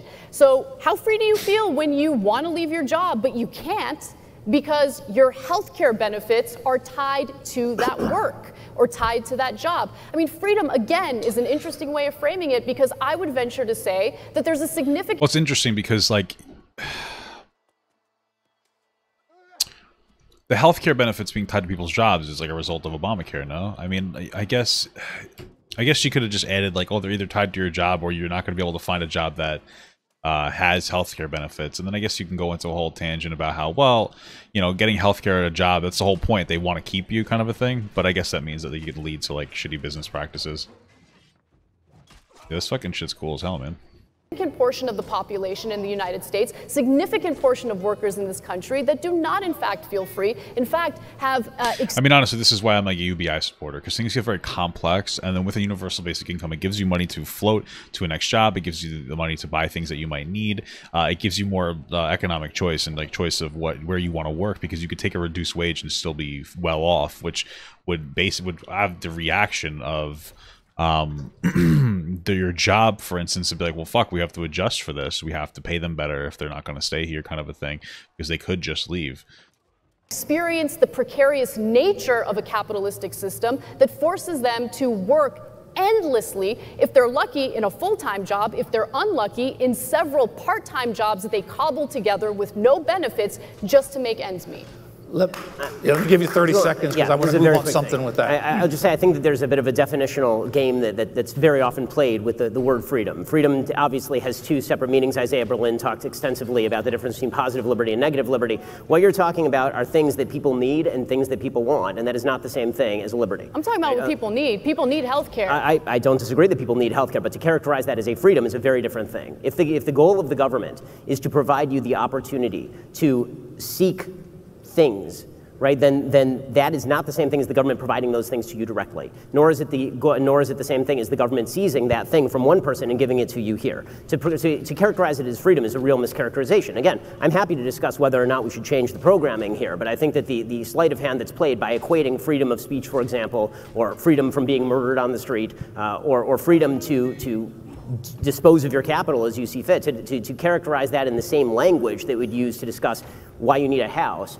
it's a difference in kind. It's apples and oranges. Yeah. So let me just quickly okay, mention. Go ahead. I want to ask you a question. Point, go ahead. Because Okay, so I understand what he's saying is that, like, well, the government's not supposed to give you things for free. It's just supposed to provide you the freedom to get those things yourself, right? Problem is that the government's not regulating people at the highest end, and they're allowing those people to basically like economically oppress people by charging as much as or taking as much as they want, et cetera, and forcing you to work under conditions you wouldn't want to because of lack of availability of other jobs, because there's the existence of like monopolies or monopsonies more than anything else. And so people aren't really able to express that freedom that we have because they don't have the money to do it. They don't have the ability. They can't just leave one job and go to another one if one job's treating you like shit, because that job, that might be the only decent paying job in a particular area. They might not be getting enough money. You can understand the point that I'm trying to make. You just don't really have the ability to leave because you have economic oppressive like tactics being used where we don't have positive wealth redistribution. You're seeing less and less like low skilled labor jobs. There's less availability of other jobs. You're basically getting trapped into working, and so it removes people's freedom of choice to do particular things. I think that's more what she's trying to say. She's not trying. I mean, I don't know. This idea of taking something from one person and giving it to the redistribution issue, which I think oftentimes is framed inaccurately. When we talk about redistribution of wealth, I mean, look at the amount of money that gets invested by our federal government in the form of research and development, whether we're talking about pharmaceutical companies or even companies like Tesla. The seed money from Tesla did not come from private investors. In fact, the same year that Obama's administration invested in the failed Solyndra project, they also invested the same amount into Tesla. And guess what? Tesla ended up being a massive success. The only downside to it, though, is that now you have Elon Musk who's whining and crying about having to pay his fair share of taxes when, during the pandemic, he became, for a brief period of time, the richest man literally in the world, right? So I agree with you about subsidies, by the way. Right. Yeah. So welcome to libertarianism. So look, those investments need to be made. That research and development needs to take place because private investors are not willing to take the risks necessary. It's true. That is fundamentally untrue. The federal government's research and development is what led to the internet. I mean, it's a huge part of it. The fact that the government is a grab bag of cash does mean that the government will eventually invest in some things that are worthwhile. It will also invest in an awful lot of enormous piles of crap, okay, right? The fact is, if you don't bear the risk of the downside, you're going to make a lot of bad investments. We got a few more questions, and I want to get through, and we've got 4.5 minutes. So, Anna, you had said earlier, comment about education, that people can choose to send their kids elsewhere. We are an organization that firmly believes in education choice, and we've got a lot of kids in this state and others that are sentenced to underperforming schools solely by virtue of their zip code. Mm-hmm. We tell families in this Commonwealth, that's your school. We would never tell them that's your supermarket, that's your doctor, that's your dentist, you get to choose. And a lot of that, to be blunt, is because of the collective bargaining agreements with tenured teachers and how much you pay. Can we really get to educational choice? Because a lot of these parents can't afford to send their kids somewhere else. Mm-hmm. Can we really get to that real education choice? Okay, I want to tell you why I think education choice is a really bad idea, right? So education choice fundamentally is saying like, hey, if this school that my kid's going to is shit, I would rather send them to a different school, right? It makes sense. However, the problem with that is that areas only have like a particular amount of money or resources. So if I was like, hey, I live in this town, I want to go to the school 4 towns over, I'm going to need transportation there. And so if my parents can't afford the transportation there, which they probably won't be able to because shitty schools are in poor areas, well, then that doesn't really make any sense. Now, and even if you were decided to subsidize that somehow, now all you're doing is drastically raising prices to get more kids to go to another school. You're overburdening that other school. It's going to get worse because you're going to have larger classrooms, if all the people can even fit in there, because you're basically compiling poor schools into rich schools, or poor schools into middle-class schools. So theoretically sounds great. Practically, it doesn't make sense. What makes more sense is to make the school better that they're going to, right? So instead of saying like, hey, why don't we send our kid that's in this shit school in a poor area because they don't have the money to invest into the school, let's take them from this shit school and send them to a better school, which wouldn't work practically. Why wouldn't you spend the money to try to make that poor school be more emulative of that richer school or that better performing school? Wouldn't it make more sense to do that? I don't think that this is like a super complex point. I don't really like the idea of school choice because it doesn't make any sense. It has no real understanding in the real world unless we're going to start transitioning to virtual reality schools, which might actually be pretty fucking cool. But you're better off investing in bad schools. One of my I'm going to do it again with the UBI. One of the things I like about UBI is, I believe, my understanding is that most school funding comes from property taxes. And so universal basic income is one of those things that brings, not only does it give people money, but it brings jobs to that area. I think that's something that we don't really understand here. but it brings more jobs to a particular area. Because if you have, let's say, 1,000 people that are 18 and older, and they would make them able to get a UBI, well, now you have like $1 million a month that's going into a community. So obviously, competition is going to arise. You're going to see more businesses go into that area, big and small. You're going to see more capital flowing through that area, and that area is going to have more money just fundamentally, which means that they would then be able to get the choice to make their schools better. By giving more property taxes once they have more money. On top of that, one of the biggest issues in a lot of poor areas especially is that teachers are overburdened because they don't make enough money. So they end up doing things like working another job, which just makes them obviously reduces their capacity to teach and learn. Everybody has a stress capacity. It's not infinite. Additionally, you'll have more money and more, you'll have more money to keep families together. If you try to get rid of like your current welfare system, like transition it out, you reduce the incentives for single motherhood because you're no longer saying you get money if you're a single mom. Now you're just saying, hey, you get money regardless of whatever the fuck you do. There's a myriad of issues, right? Because sometimes in these poor areas, the school might be decent, but nobody goes. Maybe the kids don't go, the kids don't give a shit. And then that causes the teachers to start giving a fuck too, because it's like, well, nobody's learning or teaching anyway. And there's like a whole bunch of like mental aspect problems here in general. So there's a lot of shit going on here. And this is why I advocate for universal basic income, because I think it will set in motion the ways to fix things. Because I don't necessarily believe in direct school increases, because I think that areas know their area better. But I do believe in the ability for people to have more money to decide if they want to invest into more schooling. And so that's why I'm a UBI guy. I'm not saying I'm against like schools having more money. I'm just saying that, UBI is a better bang for your buck type solution, in my opinion. Given the current state of collective bargaining in this Commonwealth and in this country to a large degree. So it's okay for teachers not to give a fuck if kids don't. I'm not saying it's okay. What I'm saying is that this is the real world we live in. So I know teachers should give a fuck. But this is just the reality of the world. Unfortunately, they just may not give a fuck. And so how do we mitigate them not giving a fuck? Well, if you get your students to give a shit, your teachers will start to give more of a shit. That's the whole point that I'm trying to make. I'm not saying it's okay for these teachers to not care. What I'm saying is that we live in a practical world. And so, we don't really necessarily always get the choice, That's what I mean. But I'm not talking about like this idealized world. I'm talking about a very practical world where like this is just the way that the world kind of works. People will get pissed if they don't feel like they're being valued at their job. If they don't feel like the kids are giving a fuck or listening, they're going to be like, well, screw it. I don't give a fuck either. And that's one of those problems that ends up happening. Yeah, absolutely. I'm going to say something that's incredibly unpopular with this group, and that's totally fine. The best education in the world currently takes place in Finland. They have the top education model, and they have completely banned private education. I would do the same. Okay, so first of all, Finland is not the United States, and there's a frequent attempt it does happen a lot, where people will take something that has worked in Sweden or something that has worked in Norway or something that has worked in Finland, they'll say, what if we just take that, import it here, and it'll work exactly the same way?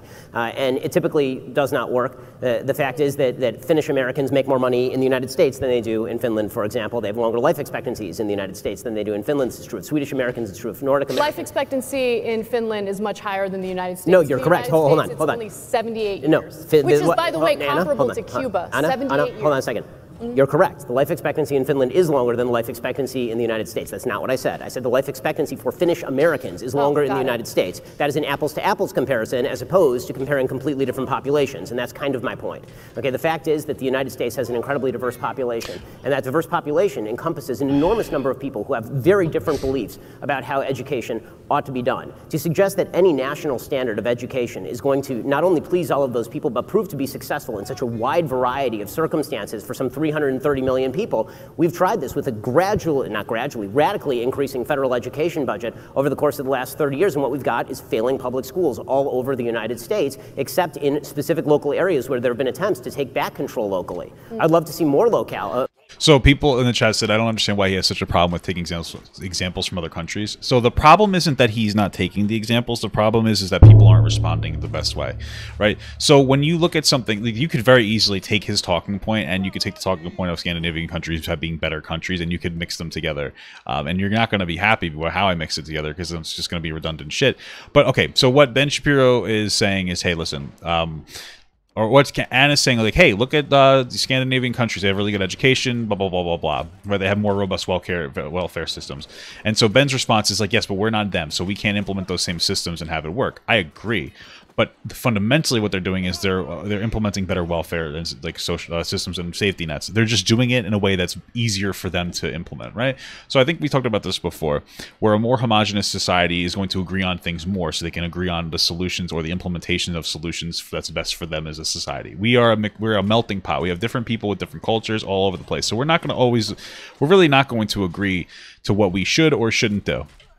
Overall, with all these mixing cultures. So what do? Well, you implement a very basic and simple version of like a robust welfare program. It's universal basic income. That's why you guys are going to get annoyed by it.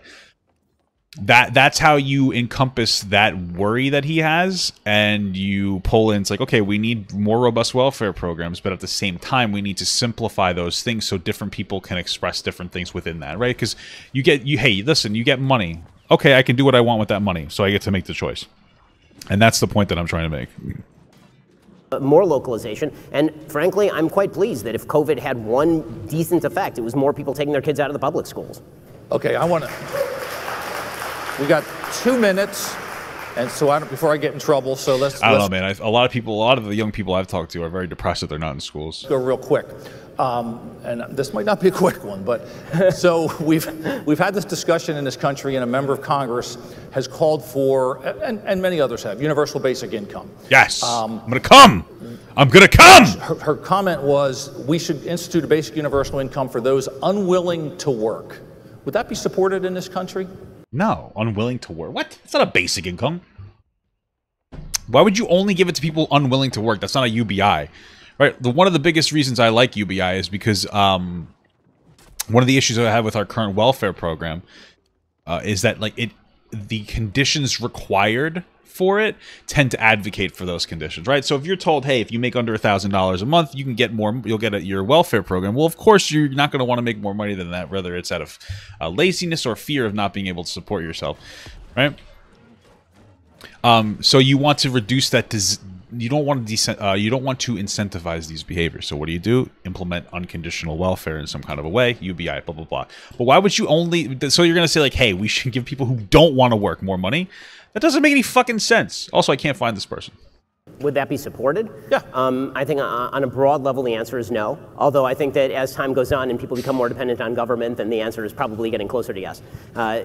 Should it be supported in this country? The people who are unwilling to work should be paid not to work? Absolutely not. No. I don't see why the government should be incentivizing people who don't want to work and have no... Like, there's going to be people who don't want to work on a UBI, but you wouldn't specifically incentivize the people who don't want to work. You would incentivize the people in general with a UBI. You know what I'm saying? And then of course there's going to be people who take advantage of the system, whatever. Those people are just not going to succeed in life. They're going to have a UBI. They'll be able to contribute to the economy by spending money on shit that they may or may not need.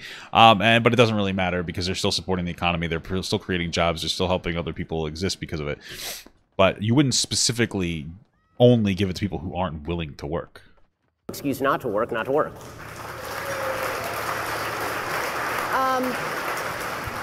I mean, look, this is an opinion. I have a different view of humanity, and I think most people want to live lives with purpose.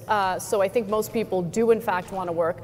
I mean, for me, maybe universal basic income is not the end-all, be-all of dealing with the economic issues that people are having. I know that, there's been a lot of focus on that because of Andrew Yang and his presidential run and his, demand that people get at least $1,000 a month. I don't think that that's going to solve the issues. I think that we have deeper... Like, it's not going to solve all the issues, but why wouldn't that solve the issue? I don't like this because obviously I'm going to be biased when it comes to UBI. I have no problem with people saying I don't like the UBI. I do have a problem with not being pressed on why. How does it not solve issues? Like, explain to me the particular issues it wouldn't solve. That's what I want to know. I didn't like that the stank that she threw on Andrew Yang's name. It actually genuinely bothered me. And so, like, why? Why? That's a question that needs to be answered. Why don't you have... Why? What do you think is so bad about UBI? What's so bad about giving people money to pay for things that they need? I don't really understand. I don't really get, like... am I just not hitting this guy? Are you fucking kidding me? I don't really understand the... I don't really understand the shitting on of UBI from progressive people. I don't really get it. Because, like, let's say we implemented universal healthcare. Healthcare, like, right now, if you went outside, In New York, healthcare is like $800 a month for a single person without a job, which is a lot of money. But a UBI is like giving you more than that, and this is a high-cost state, so it's going to be cheaper in other places. It might be like $300 or $400.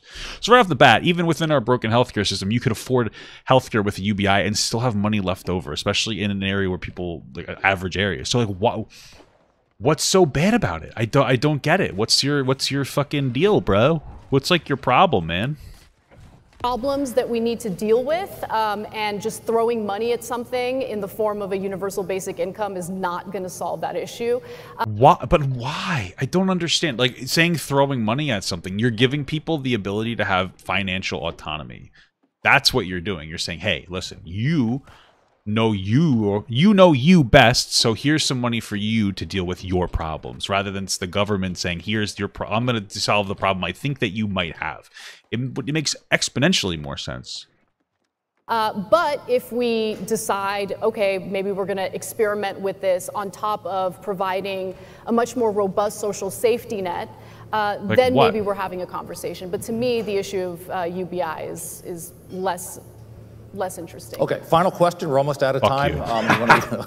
They can't go over too long because then I get the hook. We've talked a lot about where we're going and a lot of pessimism and a lot of concerns. What gives you hope right now? Not spawning here. What gives me hope is the younger generation and just how fired up they are about experimenting with different solutions. Finally, we have a generation that's looking at what's being done in other countries, what's working, what isn't working. We're now seeing more worker co-ops being developed. In fact, there are as many as 1,000 worker co-ops in this country. About 500 of them are in the startup phase. But that is exciting news because now we're seeing companies being formed with workers actually owning the means of production.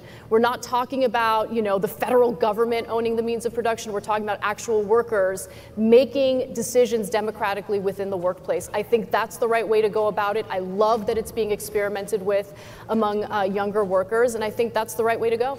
Ben, what gives you hope?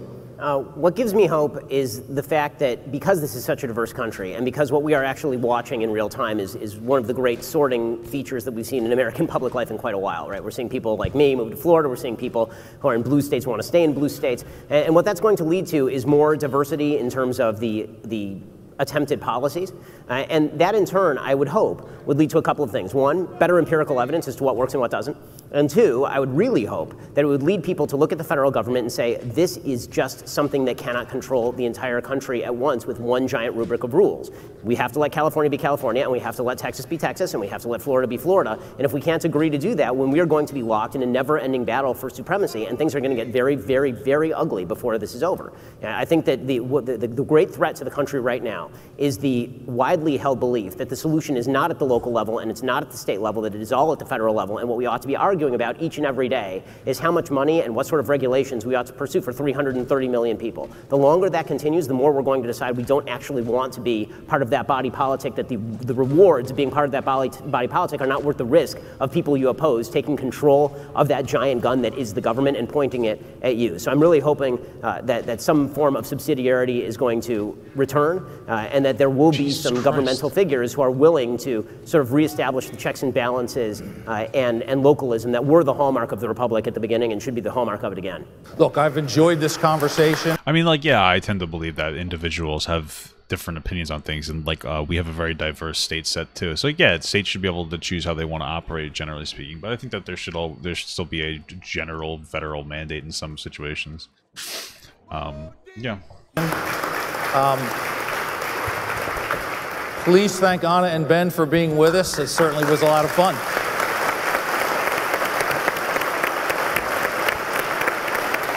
And thanks to all of you for coming out. Appreciate it. Thanks. Good evening, everyone. This is Alex Halper from the PA Chamber. I'd like to welcome our online attendees to the exclusive virtual speaker Q&A with Ben Shapiro. Oh, interesting. And Anna Kasparian. Just wrapped up an interesting, robust, passionate discussion. We're live here in Hershey, Pennsylvania, known as the sweetest place on earth. I will say, when we announced our speakers for the dinner, I think some of our guests questioned whether that name would be put to the test with this group. But I counted at least 10 times when the word agree or in agreement was used, which I think is encouraging. You also talked, however, Anna, about the incentives that are built in that almost encourage polarization. I know Gene asked you at the end what gives you hope, but talk about how you see the trend in terms of polarization in our country and where you think things are going. Well, I mean, I wish I had a little more hope in regard to the polarization, but I don't see it really getting any better. I can say that among leftist circles, certainly when it comes to the issue of labor, there's a lot of talk about how, listen, if you want to organize in the workplace, you got to understand that you're going to come across people who share certain economic interests with you, but might be different culturally, might be different religiously, might have, you know, some characteristics or behaviors that you might consider unsavory. But at the end of the day, we're all workers and we need to work together, right? Those are the kinds of conversations that give me a little hope in regard to polarization. But those are happening on a very micro level. On a macro level, what we're seeing, you know, on the, you know, throughout the country is just more and more of the divisiveness. And, you know, I really enjoyed the conversation with Ben today. You're actually a lot better in person than I'm going to be honest, than I expected. And I think that more of these conversations really need to happen. I'm happy that the PA Chamber invited me and was so incredibly friendly and polite, considering how different my point of view is. Well, that was a nice compliment. That was my strategy. I said, yeah. no, I set the bar super low, no. You know, and then if I surpass the bar by like that much, then that's where it lives. But no, obviously it's an enjoyable conversation. I ship these two. They would be pretty good together. I like these two. I want to see the deep fakes. You know what I'm saying? I want to see the deep fake of this. You know what I mean? Cringy, Papa Gut. When you get a chance to actually address the issues and see where there's clarification and where there's, you know, disagreements, I think that's just as important as where there's agreement. You know, I'm friendly with Dennis Prager. One of Dennis's favorite phrases is that you prefer clarity to agreement. And I sort of agree with that. Yeah. So, you know, I think it's important that there are places where we agree, and I think a lot of that happens on sort of the big issue level, like we should be able to have conversations. There shouldn't be bribery to corporations. There shouldn't be subsidies, right? Like a lot of those things we actually agree on. I think when it comes to the implementation, then obviously there's some pretty wide points of differentiation, and clarifying those I think is really important, because that does help get to solutions. I find that clarity is really a deep prerequisite for coming to any sort of agreement. And right now, politics, there's this kind of ugly game that's played where you pick big terms and you argue over big terms without defining the terms. And so instead of getting to some sort of solution, you just argue over the terms, and it turns out you're arguing right past each other, at least half the time. We got a great question beforehand about historical context. And Ben, you earlier said, you know, the world did not start spinning when you were born. And I think both of you have talked about history, are students of history. We feel right now that you know, the country has never been more polarized. You know, politics is so dirty. But we have times in our history when things have been bad. We had an election in 1800 when the candidates couldn't say, you know, meaner things about each other. We obviously had the Civil War. Are we truly in a uniquely polarized time, or does it just feel that way? Paraphrasing the question from the audience. That's a good question, I guess. Well, you know, when I think about some of the scarier moments recently in politics, like what happened on January 6th, what kind of grounds me is the fact that we've had some pretty terrible times. Yes, in our nation's capital in the past, there was notoriously a KKK protest that took place in our nation's capital. And so they didn't storm the Capitol, but still. There's a bombing in the Senate building in the 70s. Right, that's true, yes. And that's the other thing. I mean, I think about it, not just the Senate building. I mean, bombings were common occurrences in the 1970s. And so I know that that's a weird way of looking at things, like, wow, things are really bad now, but they were also really bad in the 1970s. My point is that things can get better, right? You look at some of the awful things that have happened in history, and what I like to do is look at what the solutions were to get past it, but also to help me ground myself when I'm kind of in a moment of panic, right? To not kind of lose it and try to overreact or over-respond to some of the things that I disagree with, or some of the things that might be a little terrifying. So I'll say that on the one hand, I'm optimistic because of that, because obviously we've had some pretty horrific circumstances in American history, ranging from, you know, the actual enslavement of a large segment of the population, to the subjection of that same population to the evils of Jim Crow, to the you know, the unrest of the 1960s and 1970s, to the Great Depression. I mean, we've been through some pretty rough times. But I will say that a lot of those particular fights were over, I would say, much more significant issues than the issues that we're having right now. I mean, the Civil War was fought over the great universal evil of slavery. A lot of the fights that we're having right now seem to be over issues that, in any sort of sane world, would be, I think, less telling. Like it's kind of amazing what people are willing to go to war over right now. And I think that does speak to a lack of common purpose and common principle. There's a feeling for me historically that since the end of the Soviet Union, one of the sort of areas that at least brought Americans together was, at least we're not the Soviet Union, right? We have our problems, but at least we're not the Soviet Union. We can unite around that. And when the Soviet Union went away, it turned into, okay, so what do we want to be? And there's some pretty wide disagreement over what we want America to be. I think that there's a trope in politics that actually isn't true, which is that all of us sort of want the same endpoint. We just have different ways of getting there. I don't think that's really true. I think many of us have very different endpoints for what we look for. Do we want a redistributive society versus a society that's more oriented toward private rights? Do we want a society that's more oriented toward free speech, or one that's more oriented toward achieving proper public policy at the expense of free speech? These are really serious battles. So maybe the battles are more serious than they seem on the surface.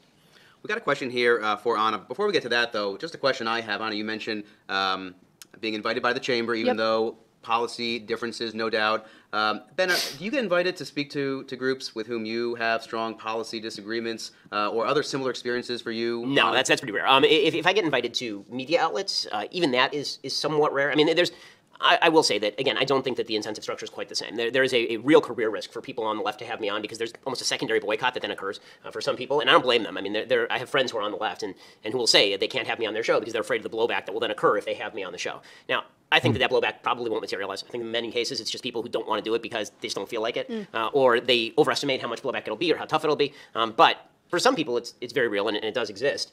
Look, when I speak on college campuses, I'm typically invited by the in-house conservative group on college campuses. It's typically not the administration who's like, we definitely need this conservative to come in and talk to our students.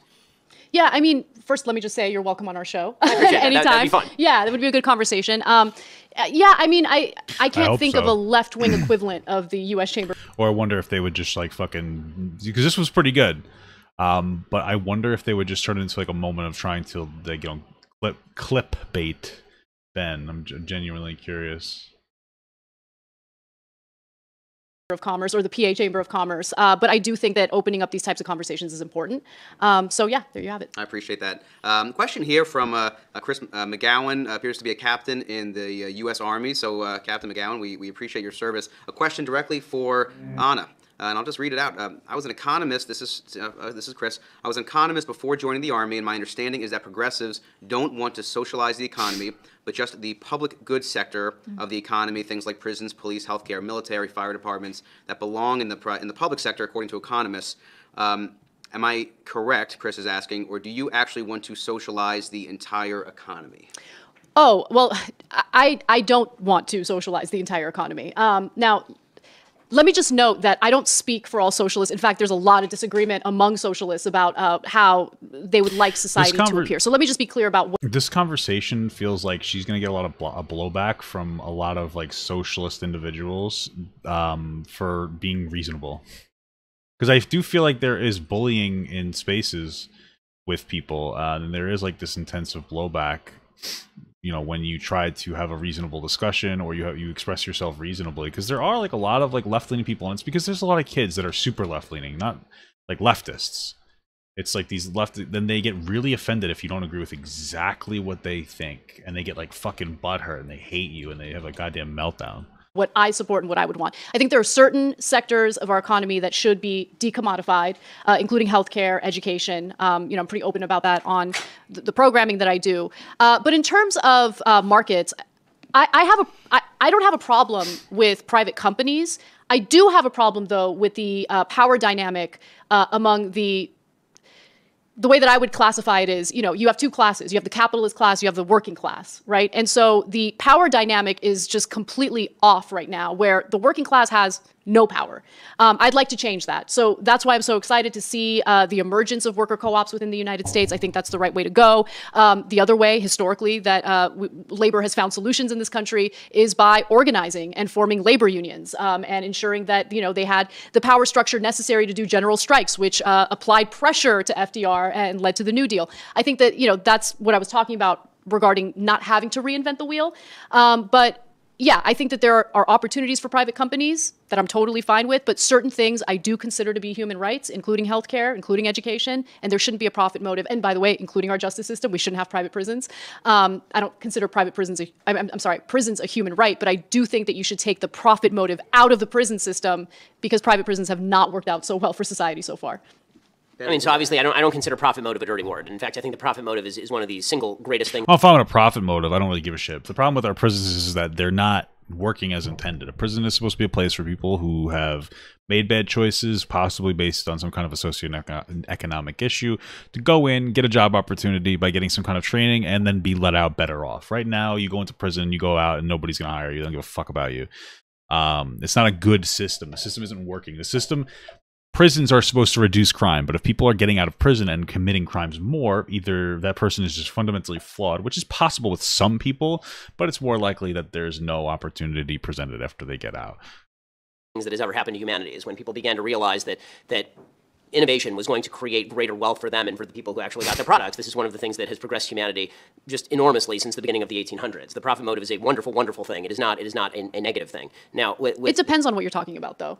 Wasn't a positive thing in Texas with their privatized, deregulated power grid, which led to 210 Texans dying because they didn't want to spend the money necessary to weatherize their equipment. So there are certain areas where profit motive is, in fact, a dirty word. So I want to just clarify that. No, I mean, when the state is involved with profit motive, then you have a real problem. The state paying for power, for example, or when you have the states driving regulations toward, for example, green energy and subsidizing particularly less effective forms of energy because they have an incentive in order to do so that is not paid off for by the risk they take, that also drives some really bad incentive structures. But profit motive is a general rule. But listen, I agree that there are certain places where I'm not particularly interested in profit being the main driver of human activity. However, the notion that using profit motive is sort of the all-purpose, it's a dirty word, it's a bad thing, and if there's a profit motive involved, this is what makes it bad, as opposed to bad administration or bad running of a company. There are good companies, there are bad companies. It ain't the profit motive that makes them so. Profit motive is universal to human behavior because people prefer to see the receipts of their labor. When it comes to unionization, obviously we have wide differences on unionization. I think that the law is extraordinarily biased since the NLRA against the so-called capitalist class. I don't think the capitalist class exists in opposition to the worker class. I don't think that my workers, the people who work for my company exist in opposition to me. I think that I really don't know many people who run businesses who are out to quote-unquote exploit their labor and treat them like garbage. You know what's really interesting? It's like, I feel like Ben Shapiro is the kind of guy who pays his workers well when he has money. He's like, I'm making a lot of money, you should make a lot of money if you work for me. I feel like that's actually Ben Shapiro.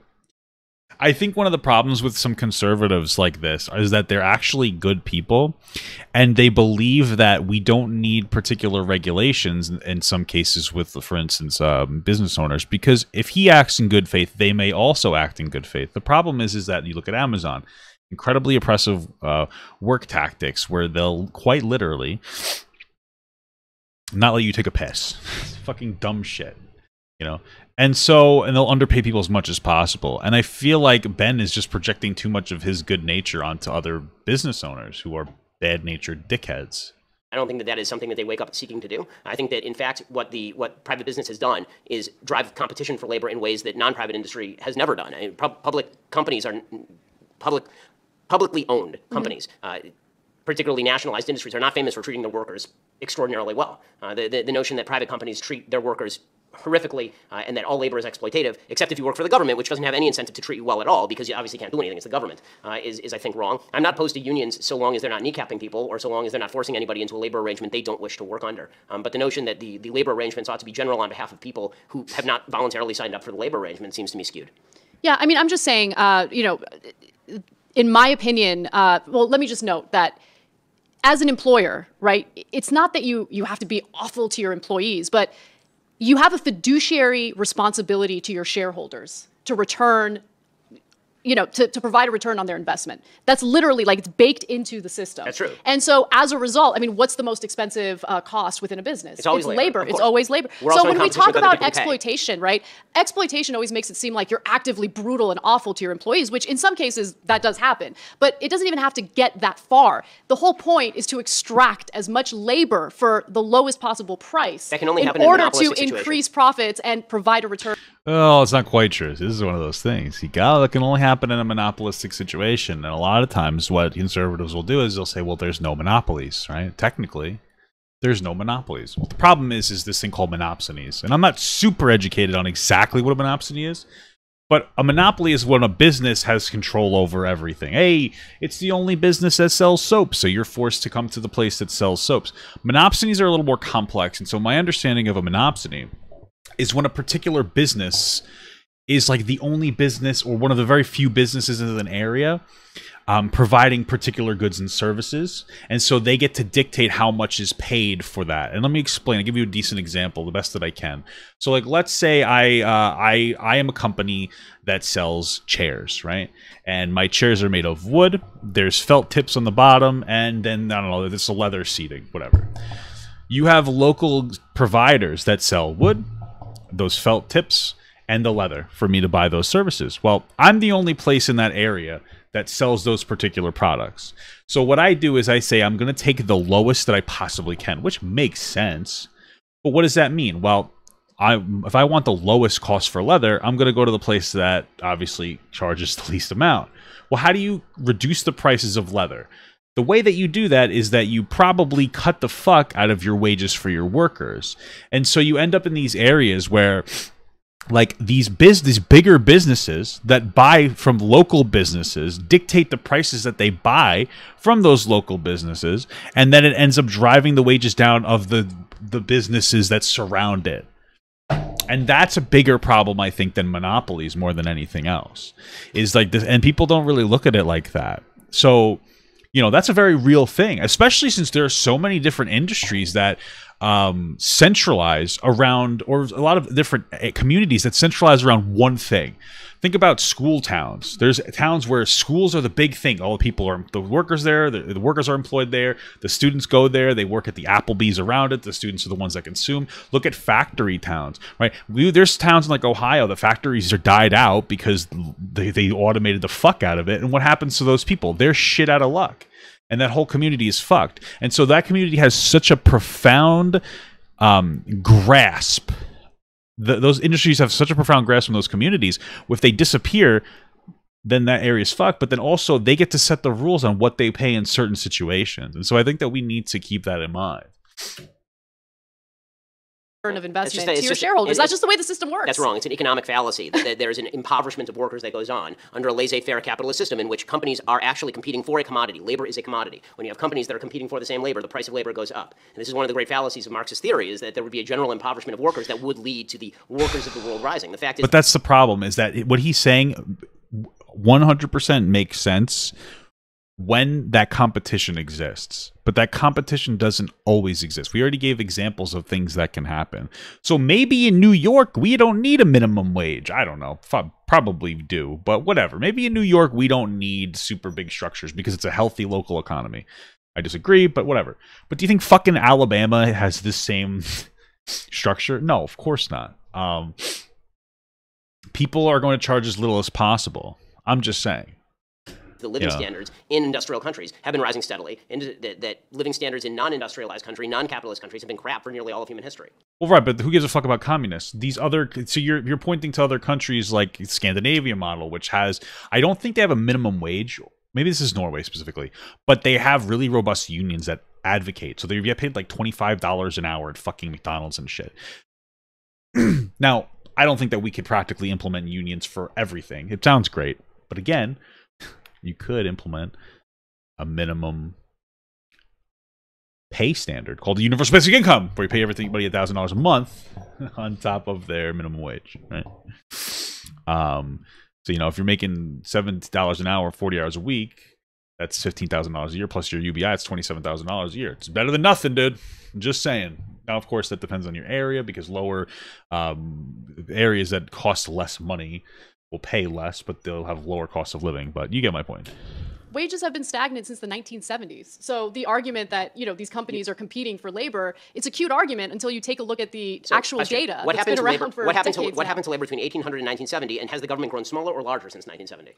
Well, I mean, it's interesting that you bring up that time period, because the largest expansion of the middle class happened following the New Deal, and the New Deal redistributed wealth, and certainly gave a lot more power to the worker in the workplace. That's been rolled back since. Since the 1970s, the notion that the middle class has been destroyed is a fallacy. The middle class is largely becoming upper middle class. Nearly 50% of Americans can't afford a $400 emergency. I think it pains me to interrupt this discussion because it is fascinating. I know we started off. I feel like they're just throwing out talking points, but they're not really addressing it. The middle, like, we've been real wages, they're stagnated. I don't know what the fuck we're talking about. Jobs are disappearing. The idea that the middle class is disappearing is ridiculous, or rather, that they're becoming upper middle class is ridiculous. I just. Sussy. By saying I heard the word agree 10 times, but we brought you here specifically for these discussions because you don't always agree, but so fascinating, and I just want to thank you. Can I just say, I really, really love this because I love getting into these debates. And like I get into these debates oftentimes with my in-laws, you know, they're Cuban from Florida. And like my husband, we always end up fighting because he's like, you can't talk to my family members like that. I love that I get to do that. That's fun, and there's like no hard feelings. So thank you. I really like enjoy this. It has been a pleasure. We want to thank Anna Kasparian, Ben Shapiro for joining us here in Hershey, Pennsylvania for the PA Chamber Dinner. Thank you to our online attendees for joining us, and I hope everyone has a wonderful evening. Thank you very much. All right, fantastic, very cool. That was a pretty good conversation. That was pretty decent. I like Anna a little bit more. Ben's fine. I don't really have an increased opinion on Ben. I'll say that. But it was okay. It wasn't too bad. Nothing to really super criticize. Some of the talking points, I already went through them. Yeah. Papa, do you talk about UBI in bed? Yeah, all the time. I love UBI. I love UBI. What exactly is a middle class supposed to look like? I don't know. I think that...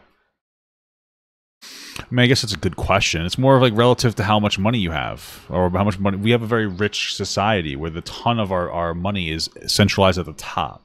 I don't think that our middle class should be struggling to pay bills while the upper class just fucking drinks cum all the time, you know? It doesn't really make sense to me.